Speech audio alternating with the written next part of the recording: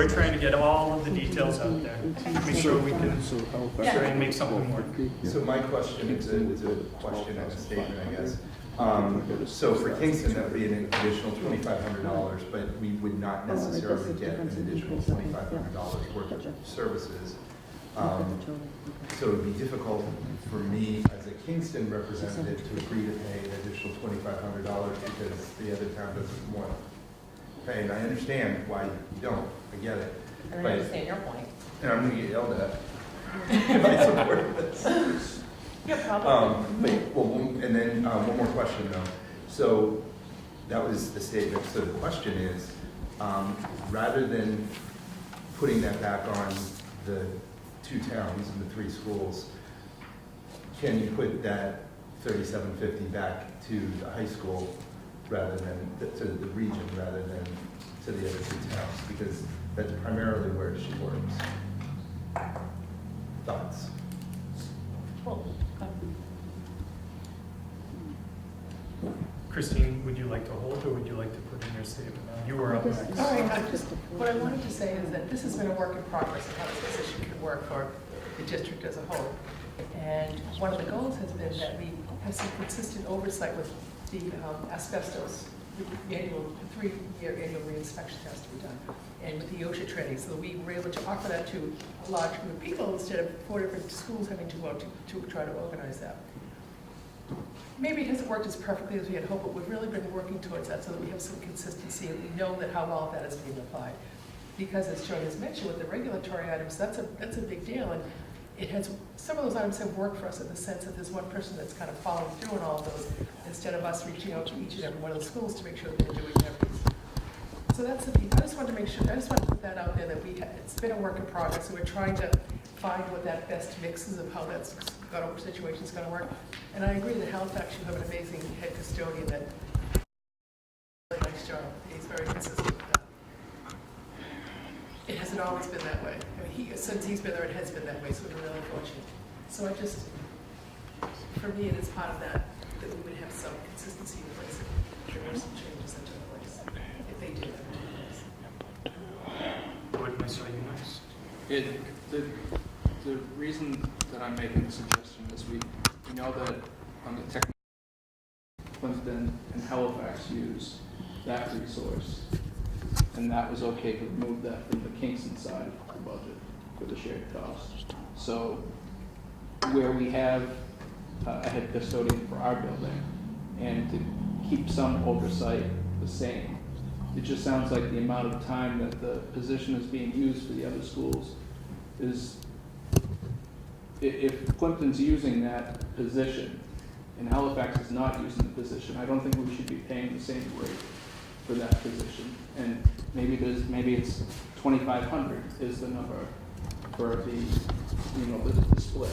I just don't think that from the amount of time that our use is in place, I don't think it warrants us paying the same amount as Plimpton and Kingston for that time value. Because we have a staff member in Halifax where Kingston has a technology staff member and they're not using that position at all. So I'm just looking to see if we can negotiate on the split of the value time. Okay. And I saw Mike next from the union side. Let's just, for the sake of timeliness, no comments unless it's new information. Okay, Mike. Obviously, you don't feel comfortable putting a number on this. That's certainly understandable. Do the two of you feel as though 25% represents the approximate time, effort that the paperwork factor that Halifax is looking to allot is? Would you think of that as being a substantially larger proportion of the work that this position is doing? It's a great question. I'm sorry. That's a great question. I think if we are clear on responsibilities, I would really look at, okay, whether you get an invitation to a building meeting or not, I would not expect you to go. You know, there's there's meetings, sometimes she gets invited, sometimes she doesn't. Those types of things, I would really look at trying to figure out what that is. This came about that it was going to happen very short time ago. There have been some discussions, but I didn't know we would be here. Eric, to your point, if I may, I would tend to agree going into the Silver Lake budget would make more sense.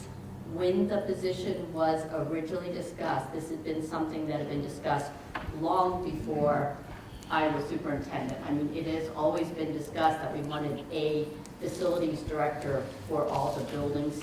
As Christina said, it has been a work in progress. It is, you know, in Halifax, you currently have someone who is a staff member with capacity very different than previous staff members. So it's a very different ballgame for the position. As long as you continue to have that person, life is good. So, you know, that's the other piece with it. Primarily, she is Silver Lake. So I can, you know, I personally think for 3750 or whatever the number is that we're looking at, you know, if the feeling is to move that into Silver Lake, I think we can, you know, we can make that work. You know, it may have less impact and it may be more realistic. Lauren? Just a comment, I'm wondering whether, you know, this is gonna sort of set a precedent of, you know, every year saying, well, we're using this more, we're using this less. I don't And disagree. it really impacts our ability, I mean, this is small in the big scheme of things, but I feel like it sets a precedent for, you know, for budgeting difficulties down the road. So that's my comment. And then Christine? We already have somebody that could do that job as far as the region is concerned. The way I see it is the head custodian at Halifax is a redundancy, and that it's not the Kingston or Clinton or the region's problem. Christine? Just from the discussion, there was just one other thing I wanted to mention. Part of the position, part of what this position does take care of, is based on need. And one of the items that Mike Antone brought up is when the generator went. Clinton wasn't planning that was going to happen, but when it did happen, they had a resource in place that was able to come to their aid to help at least get that emergency generator there, get that kid to school functioning. So I just wanted to add that. So there are times when you may not need it, and it may go for a while, but when those unexpected events come up, that's significant. And to have the resources in place to pull it together makes a difference. I have a question. This position's contract is up for negotiation next year, correct? Off the top of my head, I'm sorry. It could be. I'm not sure. Okay. It was a 3-year contract. and Yes, I I think think it's, okay. So, the current number for the shared cost budget for FY '20 is $1,538,223. Do I have a motion for that number or any other number at this time? I'll make a motion that we approve the budget as it stands. I have a motion from the Silver Lake Regional School to accept the proposed budget. I have a second from the Silver Lake Regional School. Is there any further discussion from the Silver Lake Regional School side? All those in favor of passing the 2019-2020 school year, fiscal year 2020 shared cost budget as stated? When I vote, is it just the Silver Lake side right now? This is Silver Separate vote Lake, and for- correct, Thank you. yes. All right. All those in favor from the Silver Lake Regional School? All those against? Any abstentions? Thank you very much. Can I get a motion on the Unit 31 side for the 2019-2020 budget as stated? So What? Second. Is that- So I guess I need clarification, yeah, you can make a motion, a counter motion, if you need to. but am I amending this, so we didn't talk about moving the pieces around. So this is as it's printed right now, Correct. Yeah. That's your Yeah. motion. So you would need to make an amendment if you want. to my line item or to the, I just want to make sure I'm doing it properly. What is the correct procedure? Is it to amend the specific line, or is it to amend the entire budget? Because I'm not trying to remove, I'm just trying to remove it from my line. You know what I mean? So I believe that the superintendent does have line item autonomy. You can, in your motion, signify why you're doing it, where you would like to see that money come out, but you would also reiterate what your bottom line budget number for the shared cost would be from the union side. And that would be overall. So in other words, Gordon? I think if the Halifax delegation would like to amend the budget, I think we need to decide where the amendment would cause the money to go. Would it go to Silver Lake? Or are they Yeah, recommending that's it would what go I'm- to Silver Lake, or are they recommending it go to the other towns? Well, The way we just voted.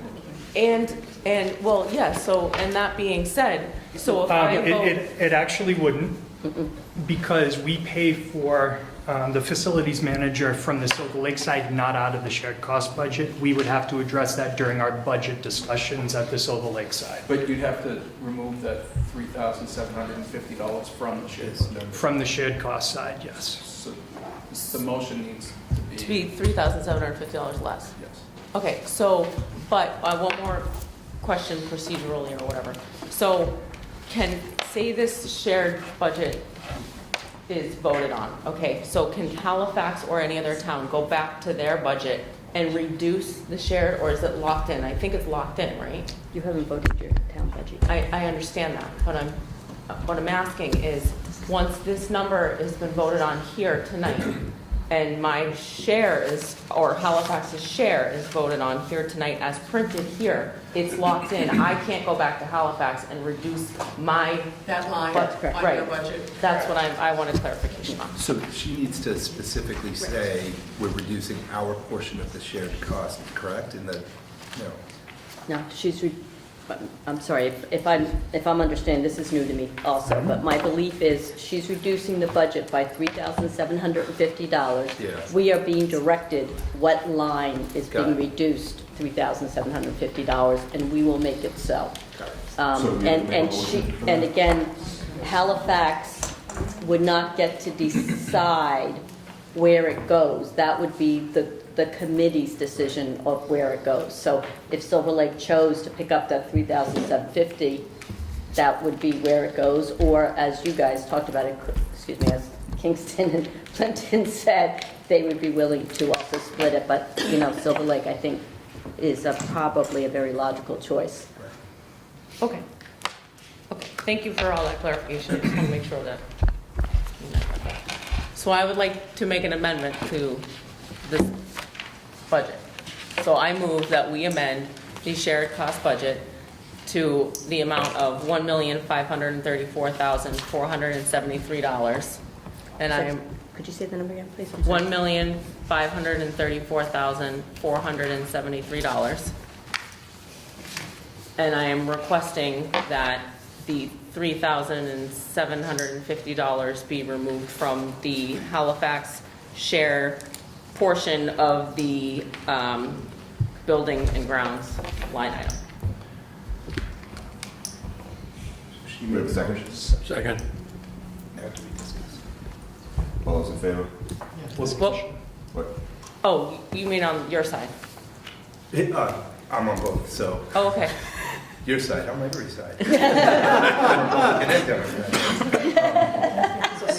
So now that you've made the motion and Yep. seconded, now we can discuss it from the union side. Okay. Any discussion on the union side? So, I think Laura's point, I get what you're saying, and I do. I totally understand why you want to do it, and I also get the discussion about the technology, but I still think it does, I agree with Laura, I think it sets the precedent that next year we could come in and we could start picking the shared cost budget apart. And that's what this meeting is for, obviously, every year. This is what we're supposed to do. But typically, I don't think we've done this kind of thing before. So it would be new. So I think it would set a precedent, and I think this would happen again next year. And as the committees change, What, If I may, one of the things about being a region and a superintendency union is that, I've often said this, we're like a puzzle, and you have to fit the pieces together, and sometimes the pieces fit together beautifully, and sometimes there's some edges that might feel a little rough to some people. I have always felt blessed when I read about Dennis Yarmouth on the Cape, who can't at all ever sit down at a table together because they're always fighting about who's paying which portion, higher or lower. We have been able to successfully share positions. This was an attempt from the administration, I guess, to put in a position that we really felt had value. And I think that the value is still there. And as you know, there are times that you need or want it more. Sorry, Troy. Oh, no, it's fine. I just didn't want you to lose everything. Thank you. So the long and short of it is, I appreciate what you're saying, because if we, part of how we have functioned is that sharing.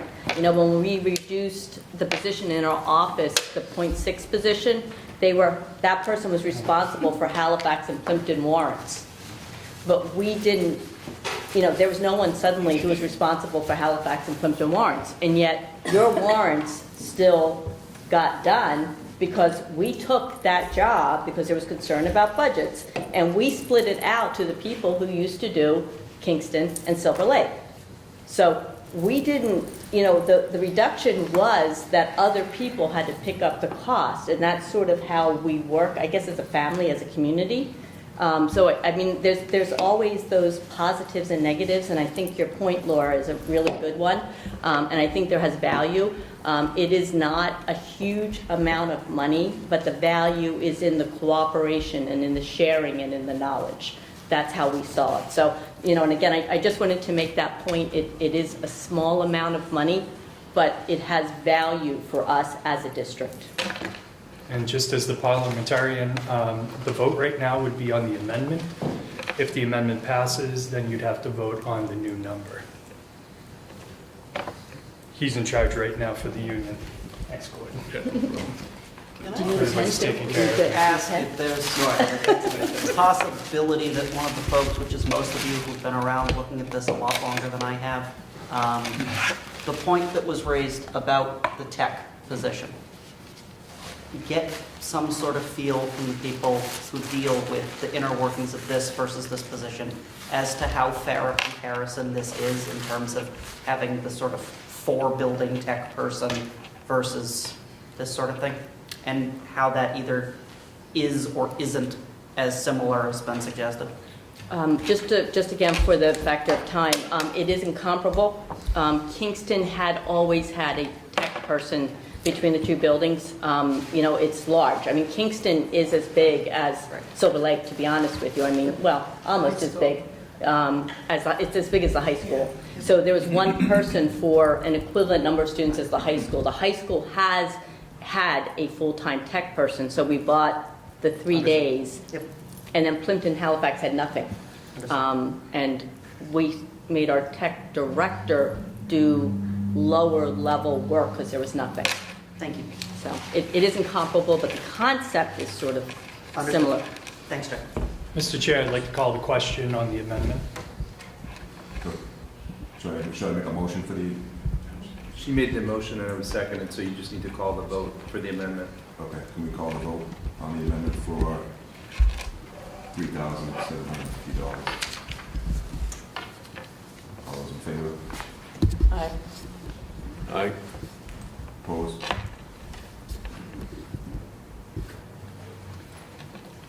tied? So it does not pass. It doesn't Should we pass. go back to your main motion? What's that? That means you have to go back to your main. Did you It vote? did not pass. Did It not was pass. 4-3. Yeah, Did it's not 4-3. pass. Okay. Okay, I didn't see the other person. So now the union needs to either accept another amendment or vote the shared cost budget as printed. I'll make the motion that the shared cost budget of $1,538,223. Second? Second. All those in favor? Aye. Opposed?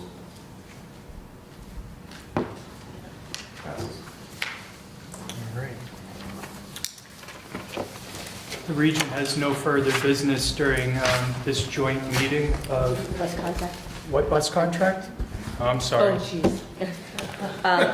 So if it's okay, I'm going to go really fast because we have some students and I hate asking students to wait. Well, I ask everybody to wait, but especially students, they have homework. So the bus contract, when we go out to bid, we go out for a bid where we get a 3-year set contract with the bus company and then a 2-year potential extension. Traditionally, we had always done both of the 2-year extensions, and we had done them at once. Last year in August, when the meeting was held, I think at the elementary school in Halifax, there was discussion about it, and the decision was to just vote a 1-year extension as opposed to what we had traditionally done, the 2-year extension. So now we will not have a contract if we don't do the other 1-year extension. After this, we will go out to bid in a 2-minute synopsis. Christine and I met with the bus company for 2 hours. And we went through a lot of things, which I will share with you if it's okay next month. None of it really impacts it, but it's about our going out to bid and some ideas about extending the bid, which would hopefully reduce the overall cost and get us maybe some new buses and other things, because our buses are old. So long and the short of it is we need to have a bus contract for next year. And we have the numbers. It's a 4.25% increase, which is already in the budgets of all the schools. I will make a motion to approve the bus contract. Gordon, discussion? Good? Let's make a motion. Okay, any discussion on the Silver Lake Regional School side? Mike? What's driving the 4.25? What are they telling us now? Insurance, employee cost. This was set 5 years ago, Mike. Okay, I know. But it's every year, and fuel is down, so they said fuel, I'd definitely be looking back at that. It wasn't fuel. Okay. Yeah. A lot of it, I think, is insurance, cost of drivers. They can't get No, one of drivers. the years it was fuel. Yeah. That was Yeah. big. Yeah. Any other questions, comments from the Silver Lake Regional side? Okay, all those in favor? Aye. Okay, passes unanimously on our side. I'll make a motion that we approve the bus contract as stated. Second. Second. All those in favor? Aye. Passed. All Thank right. you so much. Now, with no further business before us for the joint meeting, I'll entertain a motion to adjourn the joint meeting from the region side.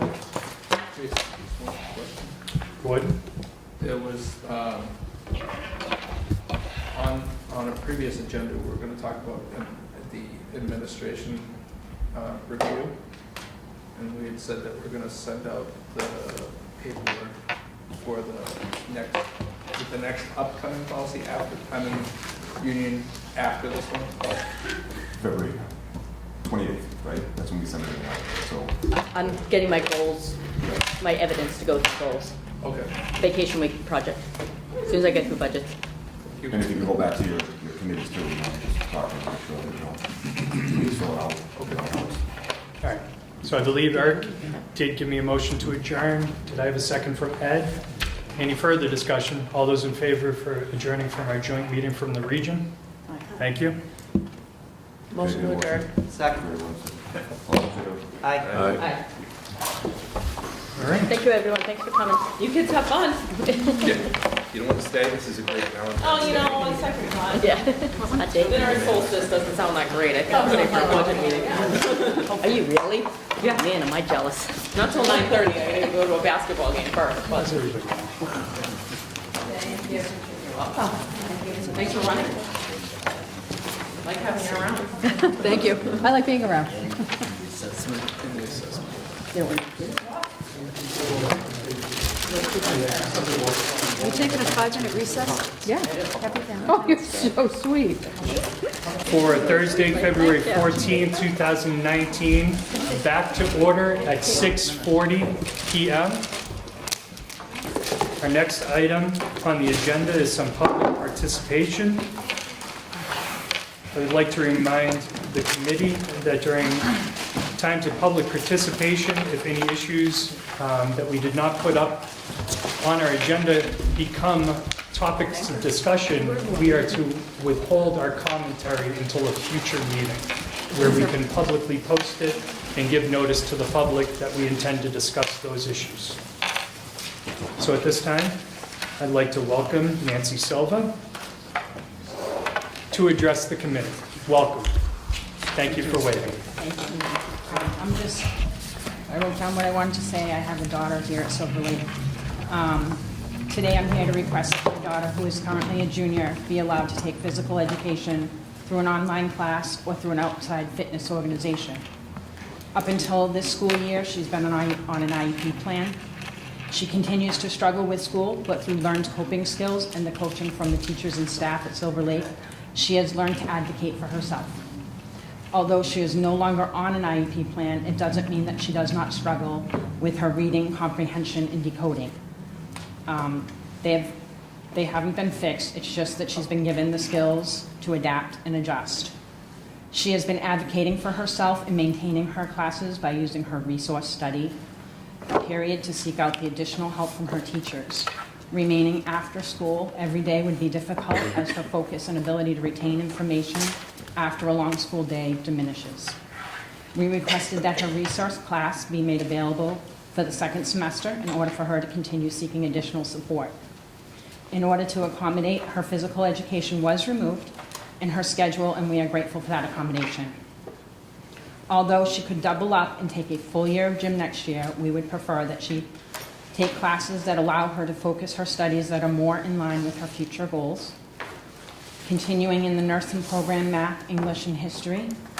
By taking an outside physical education class now, it would avoid any potential scheduling conflicts that would force her to give up her resource period next year in order to accommodate taking 2 physical education courses as required to graduate, in an effort to avoid the possibility of this happening and to provide her with additional classes that enhance her future success. We are requesting that she be allowed to attend an online semester-long health and wellness class, kinesiology and nutrition, through the Well-Trained Mind Academy, or an attend a gym class through a fitness organization rather than attending physical education as a summer school class, or taking a second semester of gym next year. By taking this class online during the weekends, she's able to focus on her academics during the week, avoid potential scheduling conflicts next year, and meet the state requirement for physical education. All I'm asking for is what the state regulation will allow.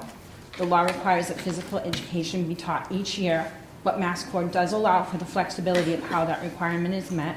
And so I respectfully request that you consider accommodating my child's individual situation and allow her complete physical education requirement through an online class or through an outside fitness program.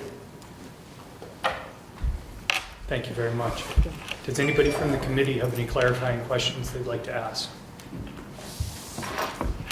So are you asking for the requirement to be waived, or I that? was just asking that she be able to attend an online class that would teach her the same types of things that a wellness class would have. I did bring the syllabus of the class, and my other children who are homeschooled do use that academy to attend their classes. Principal Gill, would you like to speak to the issue in front of the committee? Sure. Thank you for coming in this evening. You know, I know we've had some correspondence back and forth.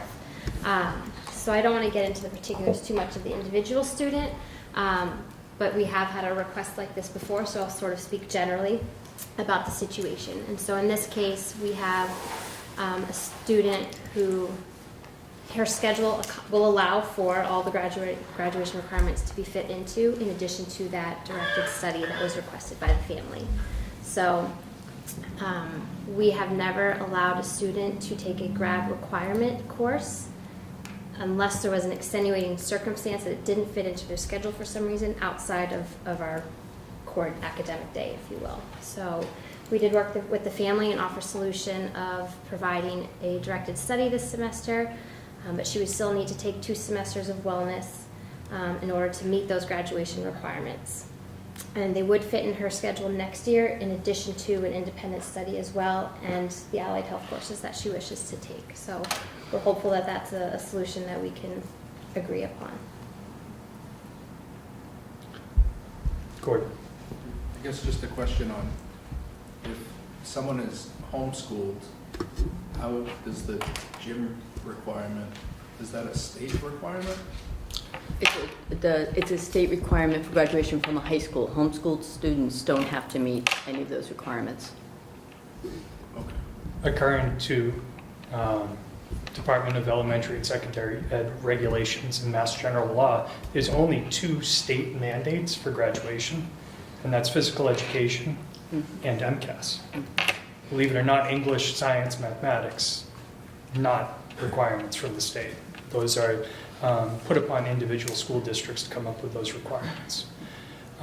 There is language within that statute for alternatives to what we would call traditional PE programs, but with Ed Reform of '93, we also adopted site-based management, which would suggest that Ms. Gill, Principal Gill, would have the overall say in this, but we also are the conveyors of the diploma, which is where the quandary comes up of how we address this. But this topic is something that most of you have just heard about for the first time tonight, and I caution anyone to jump too quickly and to speak rashly before really digesting that information that we've received from both parties. Any other clarifications? I just have 2 questions. And just to take information into your point, Jason, about just sort of processing this.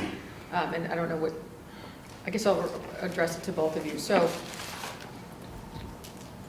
not long ago, CTE students, for instance, were allowed to take, correct me if I'm wrong, were allowed to take off-site courses / gym type situations to satisfy their PE requirement. Is that yes or no? I mean, it doesn't happen now, but that was not, what, 2 years ago? Those were waivers that were granted in the past, yeah. They were, and I guess the question is, why did that waiver program go away?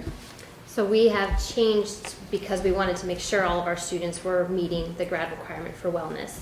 So now the CTE students are pulled from their CTE classes to meet that. Yes. What's tricky with our allied health program, and might actually be a moot point next year, is that it's a new program that we're developing. So it's sort of on a year-by-year basis. So most of our CT programs are 3 periods a day.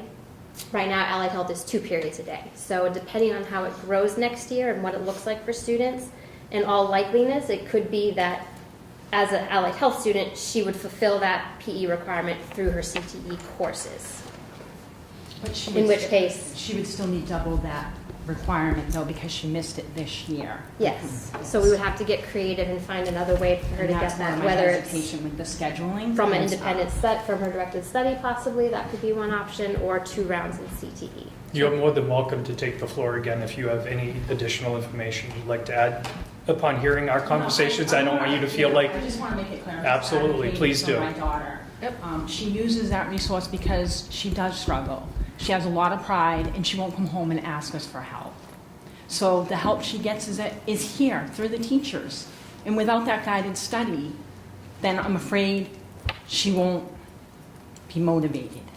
I understand. I'm very familiar with the resource block myself. So I had 2 other, one follow-up and just one other quick question. So now shifting from the CTE question over to the IEP question. So in the past, there have been waivers for, or not waivers per se, but accommodations for students on IEP with scheduling conflicts to do the wellness block that they require, but not necessarily the rest of the PE block. Is that correct? So they rotate in for the 20 days and then they rotate back For to a student on resource? an IEP? Yes. Yes. Okay, just clarification question. And the last question I have is totally unrelated to that question, but what I understand from other districts, and correct me if I'm wrong, and this does not apply to your child, but I'm asking just in general because I want to understand better. There are waivers for PE for students who are in the athletic programs in other school districts. Is that correct?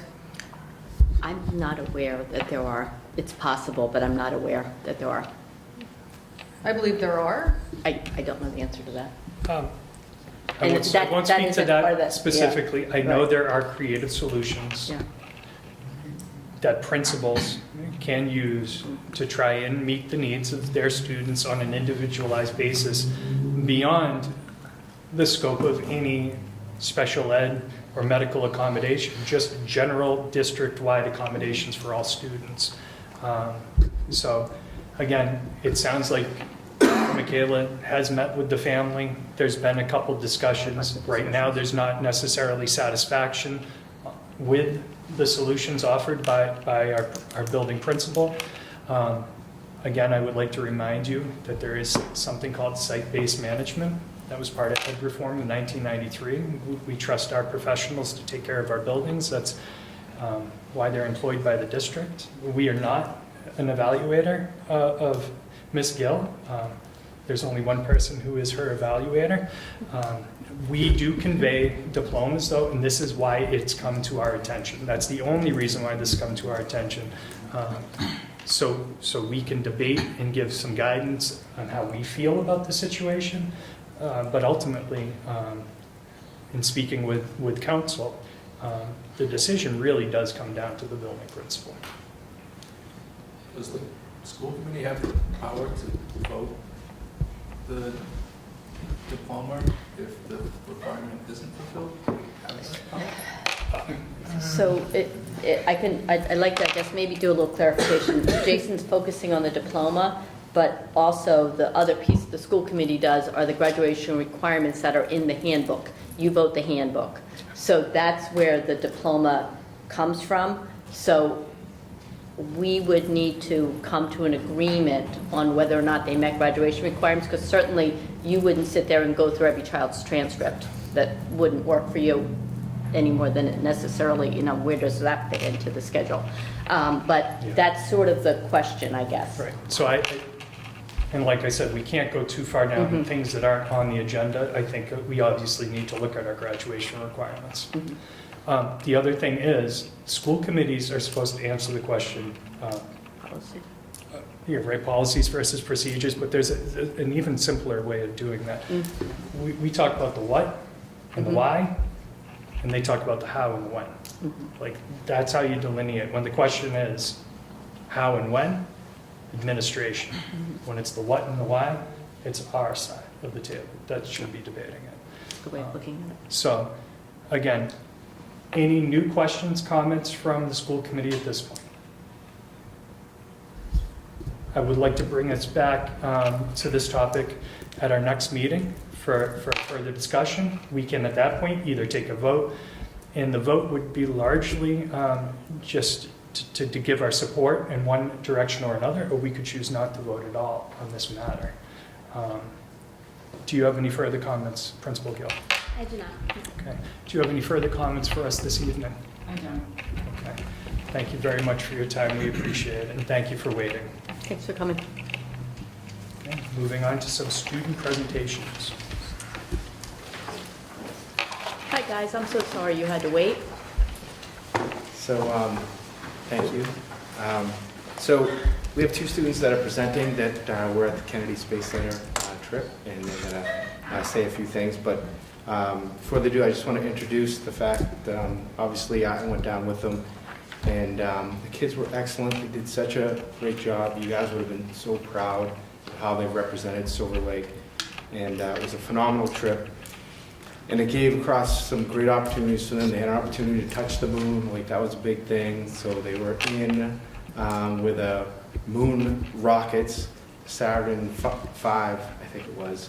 And they have moon rocks there that they can see. And so anyway, a couple of things that I just want to mention as we were down there. The NASA engineers spoke to us about they spoke to us about low orbiting satellites that they're sending up from NASA that's going around the sun to start mapping the sun.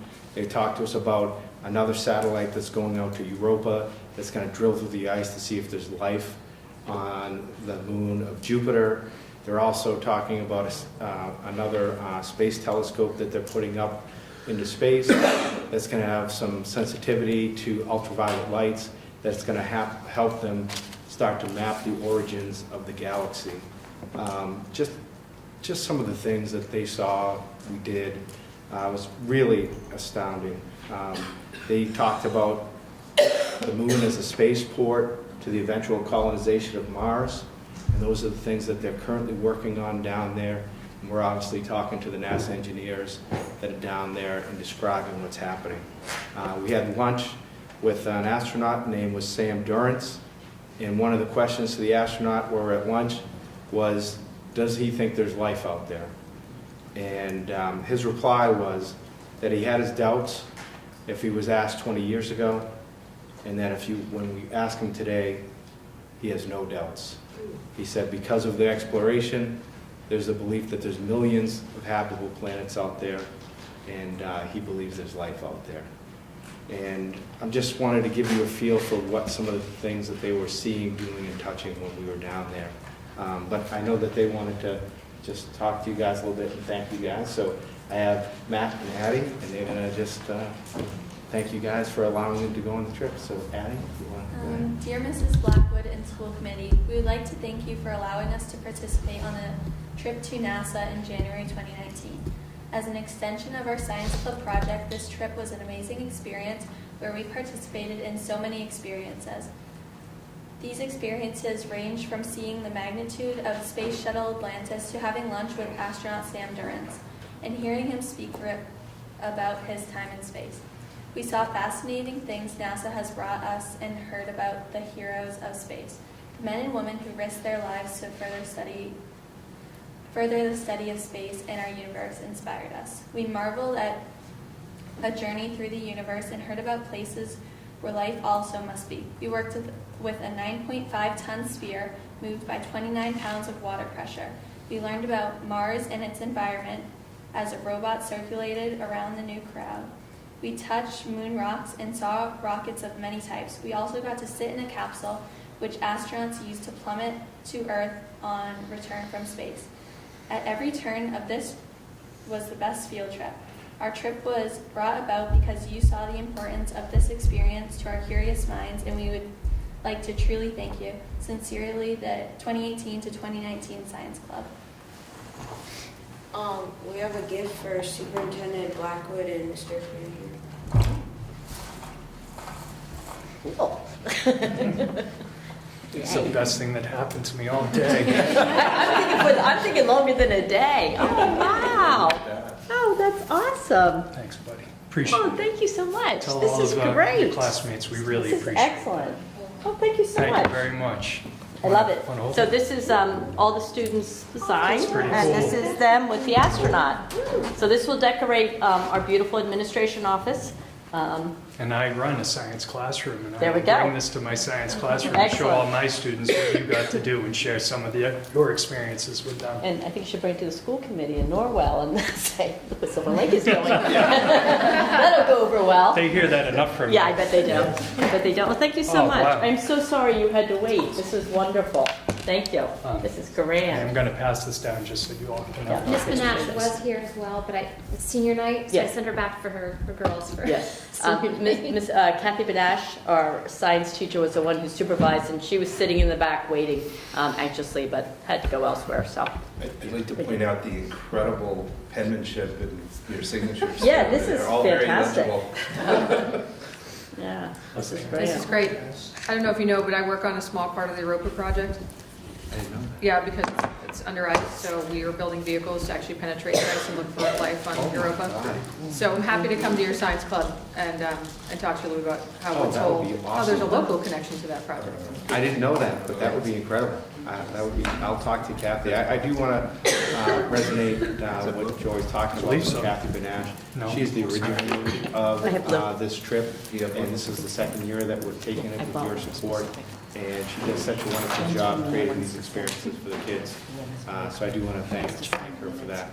I like how she's peeking over the shoulder of the astronaut. I know.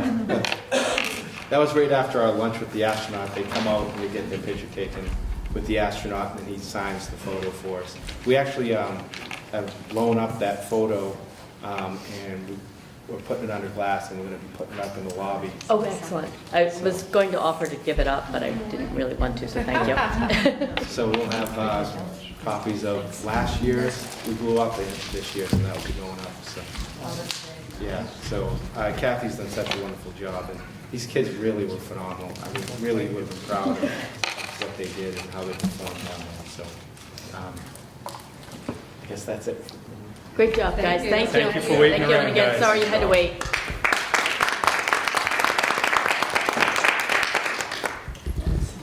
Next up, Project Lead the Way. Scott? How are you tonight? How are you? Thank you for waiting. Sorry about that. Not a problem. Gets me out of my Valentine's Day. Watching this. We have no sympathy, so. Yeah, seriously, we need to get heart surgery. You got a heart though. So- I did like I got my box of Fruity Pebbles this morning. I'm just passing out the latest from the Executive Office of Education. Just sort of talks about, oh my gosh. I know Scott's going to talk. I just wanted to say two things about Project Lead the Way. And I know Scott's going to talk a little bit more about it, but we have just been awarded their Project Lead the Way grant to support our science, tech, engineering classrooms for their second time now. This is the second time we've been awarded this grant. I also want to thank Superintendent Blackwood and the school committee for their support of our program and our second tech engineering teacher. It is through your support of our vision at the middle school that has allowed us to not only apply for these grants, but also bring this impactful programming to our students at the middle school. I also want to thank Scott Farrell. He and I co-authored the grant together, and thank him for his vision, his hard work, and his effort to bringing these things to the middle school for our students. And I'm very excited about it, and I know he is too, and we're very thankful for the support we've seen from everyone here and the superintendent. So go ahead, Scott. So again, I'll partner off of that and thanking everyone. Again, I think Jim said it best. The structure we have now at the middle school has allowed us to broaden out this program, be more impactful on what students experience in the classroom, and then what they're going to bring to the high school, and what they will eventually bring to the community that they enter into. I just wanted to sort of go over, we at the end of this next grant cycle, so we got $20,000 2 years ago, we just got $9,300. Basically, that's for infrastructure. Some of these programs are sort of infrastructure rich. You have to buy a lot of equipment. And then there's teacher training in the summertime. So these teachers go for a week-long training for all their courses. And the only teachers who are trained can teach Project Lead the Way courses. So that will give us 4 courses at the middle school of Project Lead the Way in the next 2 years. And what sort of the grant, when I was writing it, and what the Project Lead the Way wanted from us was, can you impact every kid in that school? And it wasn't just about impacting every 8th grader or every kid that walked through the schools. Can every year we impact every single kid? And right now we can do that. So every 7th grader and every 8th grader will have a Project Lead the Way class. They cannot run or hide from it, and they don't want it. And then in addition to that, by adding in some other courses, so we have right now automation and robotics. We have a course called Science of Technology. I think automation and robotics is kind of self-explanatory. Science of Technology, which is sort of a blending of physics, chemistry, biology with tech engineering, so a way of combining the two, which we try to do, but this is very explicit. We've reached out, the next one is a course called Design and Modeling, which lays a foundation for tech engineering overall. And so kids will take that in 7th grade. And then the next one will be computer science, and it's called Computer Science for Innovators and Makers. And again, obviously we all know computer science is an important part of our society. And so this will give these kids a real good foundation in computer science applications and ways of using programming language to develop different types of things. So that's what what we're looking at overall. It also impacts us, again, we were lucky enough to get this grant at this point in time. A lot of schools didn't get it because they're in a grant cycle, but because of that impact and the fact that we're looking at this as a K-12 impact on students. So Melissa Farrell, the curriculum coordinator at K-6, has a program running at Halifax in 5th grade right now. We've always had a couple of courses at the high school for a long time, so we have principles of engineering, civil engineering, design, and architecture up there. So now we have kids almost K-12, not exactly, but for the most part K-12, taking on Project Lead the Way classes. And so I say the word Project Lead the Way. Some of you probably know about it. A lot of you probably don't know about it. And 4 years ago, I went to the conference here in the state of Massachusetts, and the CEO, Dr. Vince Bertram, was the keynote speaker. And I knew about Project Lead the Way, but didn't really know much about it. And so he told a story, which I'll relate to you, that without me going into all the little nuances and going through a litany of aspects of each class, we'll set the tone for what this course does. Because a lot of people say, oh, you're getting a grant for a canned program, deliver curriculum and teacher training, is it really that good? And it is. It is the gold standard for tech, engineering, science work right now in this country. And it's the reason why our governor, our lieutenant governor, are pushing it so hard and putting this money up front to get it into schools. So he was approached by Toyota America years ago, and they said, we're having a problem with retention of our employees. 85% of the employees they got in sort of out of high school or trade school could not continue in the plants and operating in the plants on the floors. And they're like, why can't we retain these employees? So they looked at some things behind the scenes and who was coming into them, what their background was, what their skills were. They found out, they made a correlation between kids who were taking Project Lead the Way and not, and what they decided to do is do a little study and have these students who are going to go into one of their plants without a secondary formal education or maybe a trade school, but sort of just right out into the workforce, take some more of these Project Lead the Way classes. They ended up just turning the tide and had near an 85% retention level of these employees. Because of that, Toyota now, anytime they develop a plant, build a plant in the United States of America, within a 60-mile radius, will fully fund all Project Lead the Way classes for any school. That's an impact. And so this is a program that does have an impact. If Toyota of America thinks it's that good, then it's not going to say, oh, well, it's good enough for me. I do drive a Toyota, but it means something. So what we're doing in science is really pushing the kids towards more project-based work, anchoring our instruction in phenomena. We've started in some of that right now across the board, 7 through 12. We're doing more. Project Lead the Way does that all the time, and it involves kids in really relevant real-world activities. And not only does it do that, but Project Lead the Way as an organization has a good connection to current business and industry. So they're accessing professionals in the field and some of the biggest businesses in industry, tech, engineering, pharmaceuticals across the country. So they're staying relevant, they're staying current, they're talking to them, what do you need, here's what we're doing, does it match your needs, and let's make sure it fits into the schools, into the grade levels where it's appropriate. And then in terms of the connection to our state, you can see some of the information here. I won't read this to you.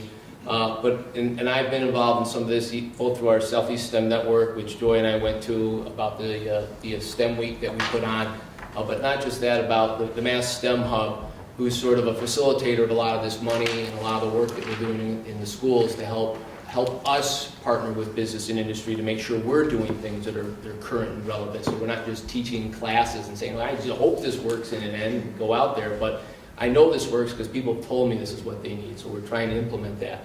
So the governor, lieutenant governor put a lot of money up front. They put a lot of time into their STEM council, into a lot of the work with STEM organizations, the STEM pipeline through secondary education, to facilitate this work to get these kids into these classes. Project Lead the Way was a natural fit. And so the governor and lieutenant governor put this money up, the 1A Foundation. They literally want Project Lead the Way in every single school in Massachusetts. But they might get there, they might not, but they're pushing. And right now it is in probably almost half the schools right now in the state. A lot of the work was because of this. So in the future, again, we're looking to build this out.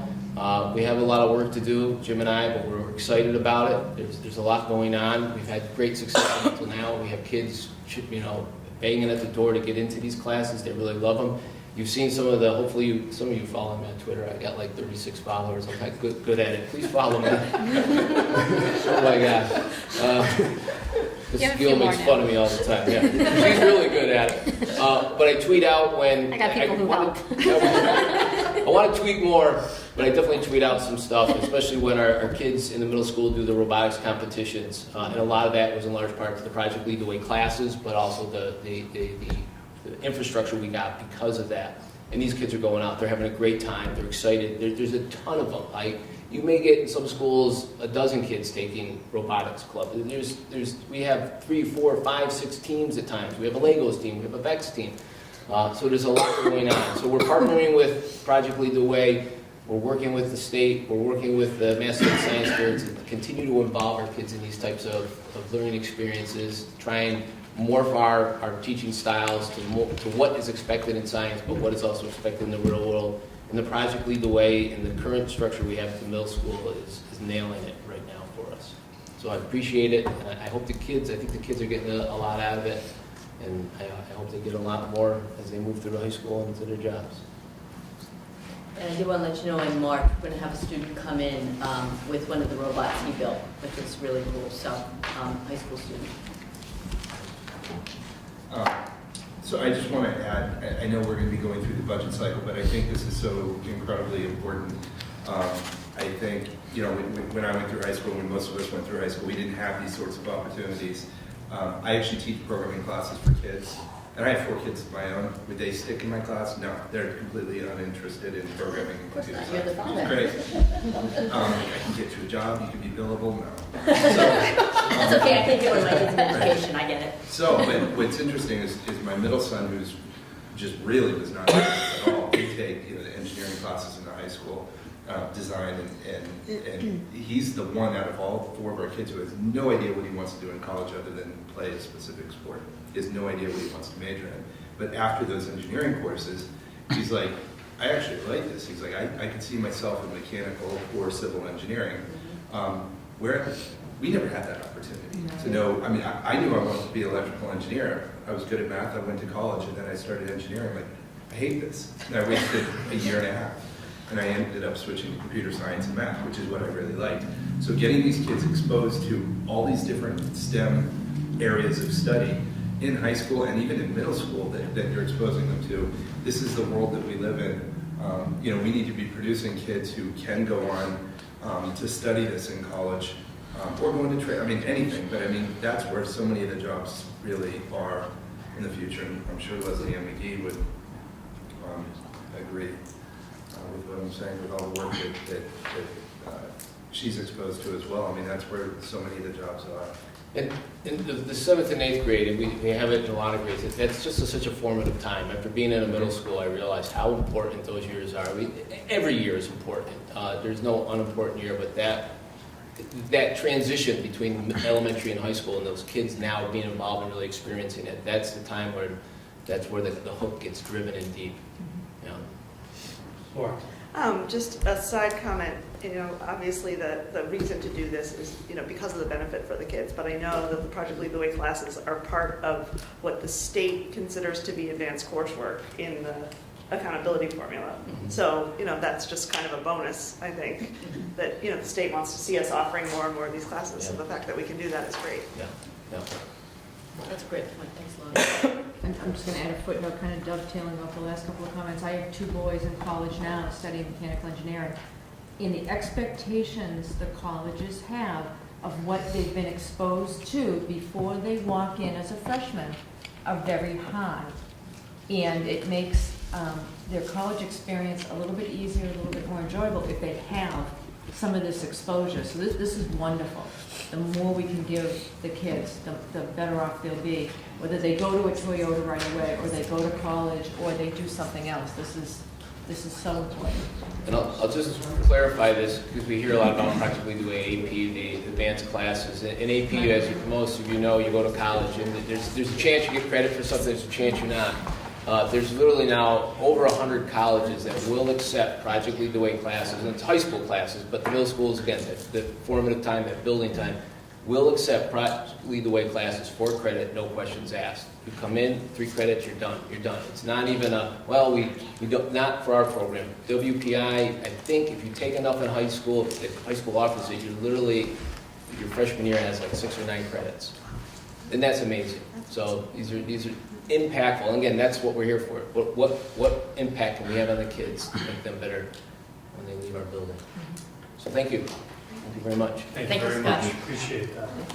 All right, do I have a motion to accept our January 10, 2019 regular session minutes? Do I have a second? Second. Any comments, any amendments? Seeing none, all those in favor? Aye.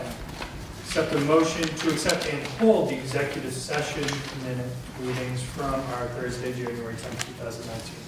So moved. So moved by Paula, second by Ed. Any discussion? All those in favor? I'd like to ask the committee to take the budget out of order so we can allow those distinguished colleagues from the municipalities that we serve to adjourn to their domicile, and we can continue on with the rest of our meeting at our leisure. Any objection to taking the budget out of order? All right. Joy? Thank you. Thank Michaela's you, kind everyone. enough to set up the PowerPoint presentation. So in your packets, you have 3 different packets of information that are 3-hole punched. So one of them is your assessment presentation, which looks, well, actually yours looks like this. Looks like that. So that goes in tab 6 in your beautiful book. For everybody, if you have your book with you. So this goes in tab 6, and this is your assessment presentation. And we'll show this up on the smartboard. That will be mainly what we'll be talking about. The other thing you have is the version of the budget. And we sent out an email. The only difference in version 2 of the budget was the insurance reduction. So our insurance went from a 5% to a 1.5% increase. That was a huge savings of about $100,000 for us. And that is something that I believe all the towns are putting into their budgets. Charlie, who is on the, what is your? Well, I'm a gadfly for them. Okay, so Charlie's a gadfly, but Charlie is very conservative in his numbers, and Charlie's using 1.5%. So I'm really confident of using 1.5%. So if Charlie says it's good, it's written in gold as far as I'm concerned. So we lowered that, so our budget was able to be lowered about $100,000. So now the increase is 3.06% instead of 3.46%. And the version 2 budget is tab 7, if you're so interested, while we're getting set up. And then the last 3-hole punched item is your capital plan, which is a draft. And that is not going to be voted tonight. We just wanted you to have an opportunity to see that. And that is tab 8 in your book. We'll give everybody a chance to sort of work their way through that. Excuse me, capital plan? Tab 8. Oh, I'm sorry. Do the interested members of the audience have copies of what we're discussing currently? Yes. The only thing I had to do from joining I'm sorry. I had to give her the PowerPoint before she went home. I didn't know if there were more of them. We have another one. I had 2. Anybody want one? I could, well, you can take a whole packet. Oh, here's the whole packet, we'll take that back. Thank you. Unless you want to. Oh, for all of those of you who came to my assistance when I spilled my drink, thank you very much. All 3 of us. I've had a very long day. I appreciate you taking care of me. So as that's just sort of getting warmed up, I'll just start the presentation if that's okay. So the presentation on the assessments is based on the version 2 budget. And again, the reason why it is based on the version 2 budget is we feel confident with the insurance number. Normally, our assessment presentation is based on a version 1 budget. We've never had a situation before where we were able to make a reduction like that without having to go before the committee. So when we got the good news and when Charlie vetted that information was true and correct, and I believe all 3 towns are using the 1.5%, that's why the number has been reduced. This is taking a little bit to warm up, but I'll keep going if that's okay. So the assessment presentation is something that Christine and I have been working on, and every year we always try to add something to the presentation to sort of make it a little bit new, a little bit different. We always begin with our mission statements for the middle school and the high school. Everyone here, I believe, knows and is familiar with the mission statement. What you're not familiar with is the next slide, where it says respect the lake.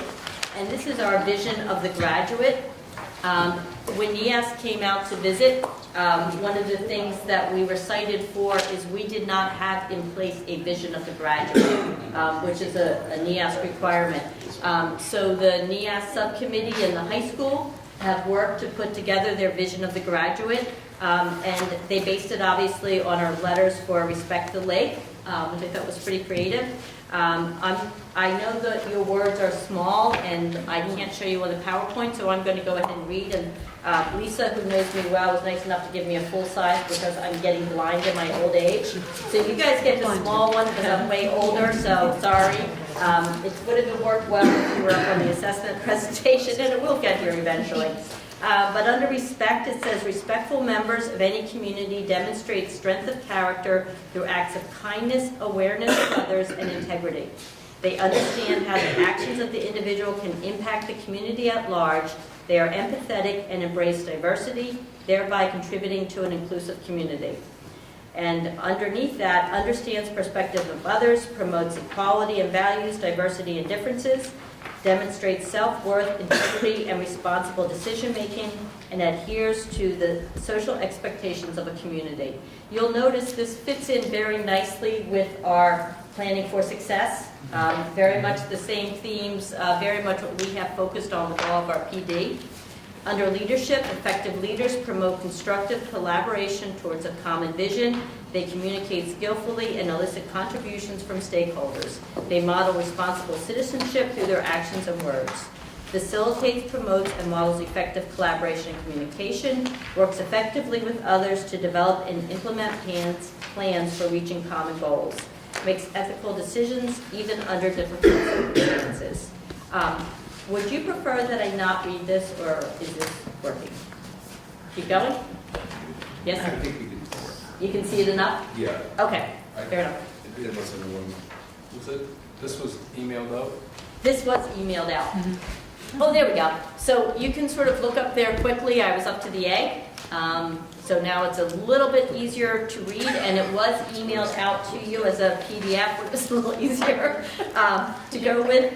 Basically, the goal was to sort of define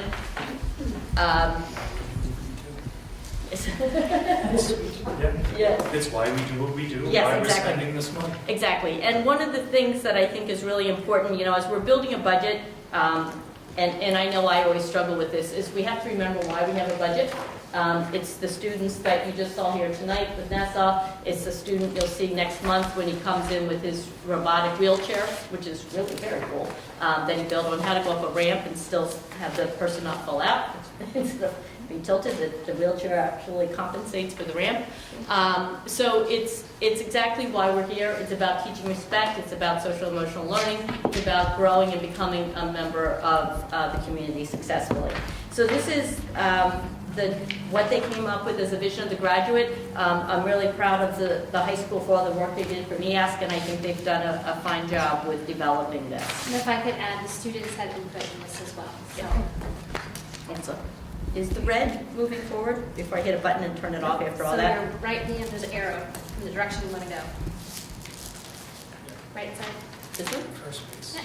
Oh, excellent, thank you. I was afraid of shutting it off. So for FY20, the budget guiding principles that we used, we were interested in providing an educational and social emotional supports within safe and secure facilities. As you know, facilities is something we've been struggling with certainly over the last couple of years. Provide instructional resources and technology that support teaching and learning. Provide appropriate staffing to maintain teacher-to-student ratio to achieve the district's goals and meet the needs of all learners, and follow the district's planning for success model. Some of the things that drive our operational budget are programs. Our goal has been in this year is to maintain and continue to assess for development of programs and opportunities. There are no recommended additional programs or opportunities for this school year. You remember last year we worked really hard to bring in that allied health program. That has been a huge success. We have a waiting list to get into it. We are just absolutely thrilled with how well that is doing. The other thing we brought in last year was our BRIGHT program, our Bridge for Resilient Youth in Transition. And that has been very successful and very providing some necessary supports for our students. This year we are feeling like we're at a very good place. And our goal is to just maintain what we have. And we also did have meetings early in the fall with Kingston, and we also had some members of the committee go to a meeting in Halifax just to talk about some broad ideas about how budgets were going to be looking. And level service was what was indicated, and that's what we tried to achieve with the budget here. Absolutely. So again, in terms of personnel, we're maintaining class sizes, supporting professional development, and engaging staff in a meaningful process of supervision and evaluation, and our operation to assure students in classes are well-conditioned and items are purchased cost-effectively. So the budget is basically developed to enhance and maintain teaching and learning initiatives. One of the things that, a slide that I added this year was cost-saving measures. I think it's sometimes we lose track of the things we do. We are not in a position to raise money, but we are in a position where if the opportunity presents itself or we have an ability to save money, we try to take advantage of all those. So one way that I believe has provided huge cost savings is by our development of in-district special education programs. I cannot begin to tell you how much that has impacted our schools and the elementary budgets. I realize that you may not necessarily see it because the out-of-district costs go back to the elementaries, but remember those 3 towns are who are funding Silver Lake. The towns have, and I'm well aware of this, a certain pool of money, so if they're spending more in the elementary, they have less available for the Silver Lake. So again, that's the piece of the puzzle that I often talk about. We have to all work together and to make best use of our resources. So that is something that I believe has really provided savings for us. We have a capital plan that we are very diligent at and being able to maintain our facilities. And we have been able to fund that through E&D by being conservative and being cautious with our funds. And I believe making sound fiscal decisions. We have not had to go to the towns to this point to fund our capital plan. I don't know how long I will be able to continue that practice, but I plan to for as long as we are able to. I know how difficult the towns are struggling, and I have tried to be fiscally responsible that way. We have researched lower cost insurance options. As a matter of fact, we have an opportunity for an insurance policy that we're looking at now where the cost is lower but the deductible is higher. So it's something that we would pay a less portion because the deductible is, the premium is less, so it would cost our district less as well as our employees.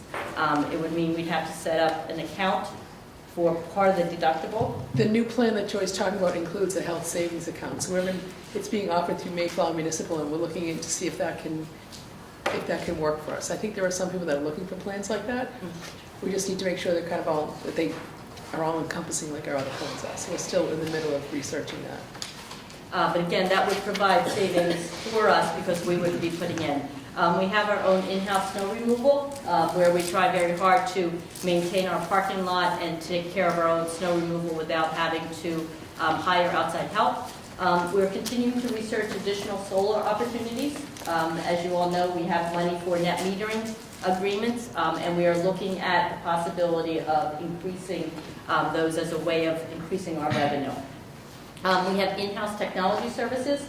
I feel like we are extremely fortunate for the technology people that we have and that they do a grand job for us. We also continue with some green initiatives, recycling LED bulbs, et cetera, to lower costs. I just thought of one as I'm sitting here, and I wish I had thought to put it down. The other thing we are doing for cost-saving measures is our CTE programs. You may remember last year, Pembroke came in and they put us down as their school of choice for all their 9th grade students going in for the exploratory program. Their first year was a little bit bumpier because they didn't roll it out as clearly and their policy wasn't as clear. The school committee voted this year to change their policy, so there will be no question that if you're going into exploratory, you will be going to Silver Lake in 9th grade. So they won't necessarily have to stay, but my belief is once they walk in our door, why would you leave? So I think it will increase the amount of money that our CTE program will be raising. And that's part of why when Christine's portion comes, you'll see our CTE portion, that's a higher amount. Again, that's a work in progress, but that is, again, a cost-saving measure because it increases our revenue. Some potential budget risks for FY20. State or federal funding cuts, no John Creed, 9C. I'm missing John tonight. Regional transportation. Reduction in grants. I talked a little bit about this earlier at the meeting. We have definitely received a potential, it's not firm, but it's looking like Title I will receive a reduction of $100K. Teacher Quality 2A funds PD. That will more than likely see some reductions if Title I is being reduced. They kind of work hand in hand. That will have an impact on us. Additional unforeseen and unfunded mandates. They love to do that to us. Unanticipated special education costs, charter school enrollment. I'll go through that in a couple minutes. We actually have a decrease this year in 7 through 12 of a couple students. However, the number is still, it actually went up 100,000 in the cost to us, even though the number of students is less. Loss of students to school choice. That's something that I'm not sure people have been as conscious of. We are starting to see more of our students going to other schools as school choice students.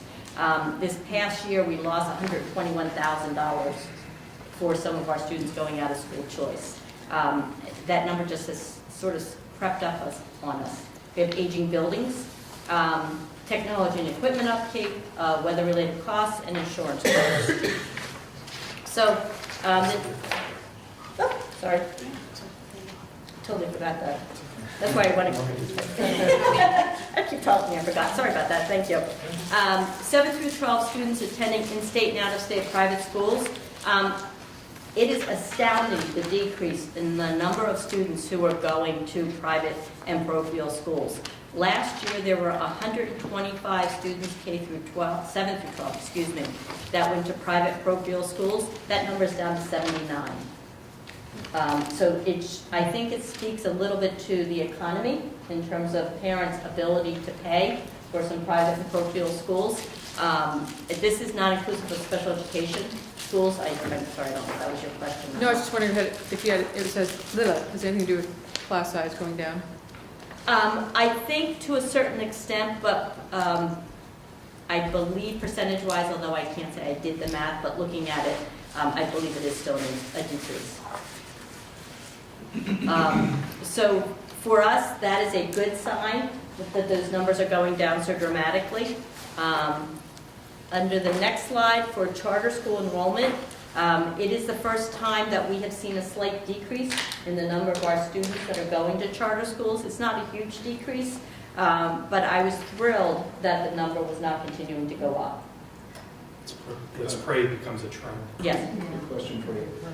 I thought I saw some numbers that Kingston went up from 44 to 59 this year. Is that because of the sixth grade and under numbers in Kingston maybe were more? It could be, yes. Okay. Yep. Yeah, because Kingston definitely went up. Yeah. Like 15 kids. So, that's K through 6. Through, For the town. Yeah, I thought Yeah, it the was town, the town number, okay. Yeah, the town number went Yeah. up. The Yeah. K through 6 one, yeah. Yeah. So for us, again, it's going in a direction that I'm happy to see, because that has been a problem for us. Gord? On the charter schools, the tuition rate that they're charged, is it a flat rate that gets charged, or is it by the school that they attend? When we talk about that, I think it's a flat rate. I think it is a flat rate. That's a great question. I believe it's a flat rate. We never see anything. They just We don't take see it out of the our detail chapter on that. 70. okay. Yeah, I never see the money. It's not a bill. Because there's on the DESE website, there is a section that calls out the charter schools and Yep. where the numbers attend when you look at the spreadsheet for a charter. So I just didn't know if, for next year's view of charter schools, if we could map out which charter schools the students in the district are attending, so We that can you do can that. see a cost. Sure. So I would say probably close to 90% of them go to Rising Tide. There is a new charter school in Plymouth called MAP Academy. It's brand new, it's small, for a select population. There is another charter school in Norwell that a small handful go to. And on the Cape, Sturgis is an extremely well-known, the Cape is being decimated by Sturgis. it really impacts, I live on the Cape, so I'm very familiar with it, but they have phenomenal scores. So I believe we may have one student who travels there, but it's a bit of a haul since I graduated. Gordon, I'll look into that for you. I was under the impression that it was based on the foundation percentage of your per pupil expenditure for all your average student, but I'll look into that to find out exactly how much we lose. Because there's a per specific spreadsheet on the DESI website that calls out tuition rates per, and it was different. Right. So we'll look into that pretty deeply. Can I just ask a question? You mentioned school choice, and I feel like I asked this before, and I'm just always confused by it. But so we always vote no for school choice. That means we don't accept students, but students from our towns can go somewhere else if the somewhere else is a school choice school. Is that correct? That's correct. Okay. Yep. And does it? I don't know. Does it say here? You mentioned the number, but do you know how many students? The schools get about 5,000 per student. There's a slight differential with special education students. So if it's 120,000, what is that? 24. Okay, About so 24 students. So it's a significant number. Like, It relative is. to the charter, it's, Exactly. The year before, off the top of my head, I believe it was 85,000. I was surprised at the jump. I believe that Whitman, Hanson, Plymouth, East Bridgewater, West Bridgewater, and Bridgewater Rainham, which would be sort of our surrounding, our school choice. I don't believe Duxbury is. I guess for a long time I always thought Oh, and Pembroke. our students couldn't go because we weren't school choice, but that's not the way No. it works. I thought it was. Yeah, I've always thought that, and I feel like I must have asked the same question last year. Still surprises me. Can I ask you a question Me about school too. choice? I was thinking about this in terms of the budget. And I knew we were getting around $5,000. If we did it, we would get about $5,000. Much as our costs don't go down when you lose kids to charter, because you take the 60 kids across all those grades, can't produce teachers, the costs don't really go down, although we lose $697,000. So on the flip side, if we were to take 10 kids in 11th grade and 10 kids in 12th grade, which would be $50,000 each, $100,000 for 20 new kids, our costs don't go up. And I know this isn't the hearing on the school choice, but from a budget perspective, to gain $100,000 and not necessarily gain that much in expenses, is that something that we would, I know you've always said you didn't like it, but Well, from a budget perspective. Yeah, Before I blow up, Yeah.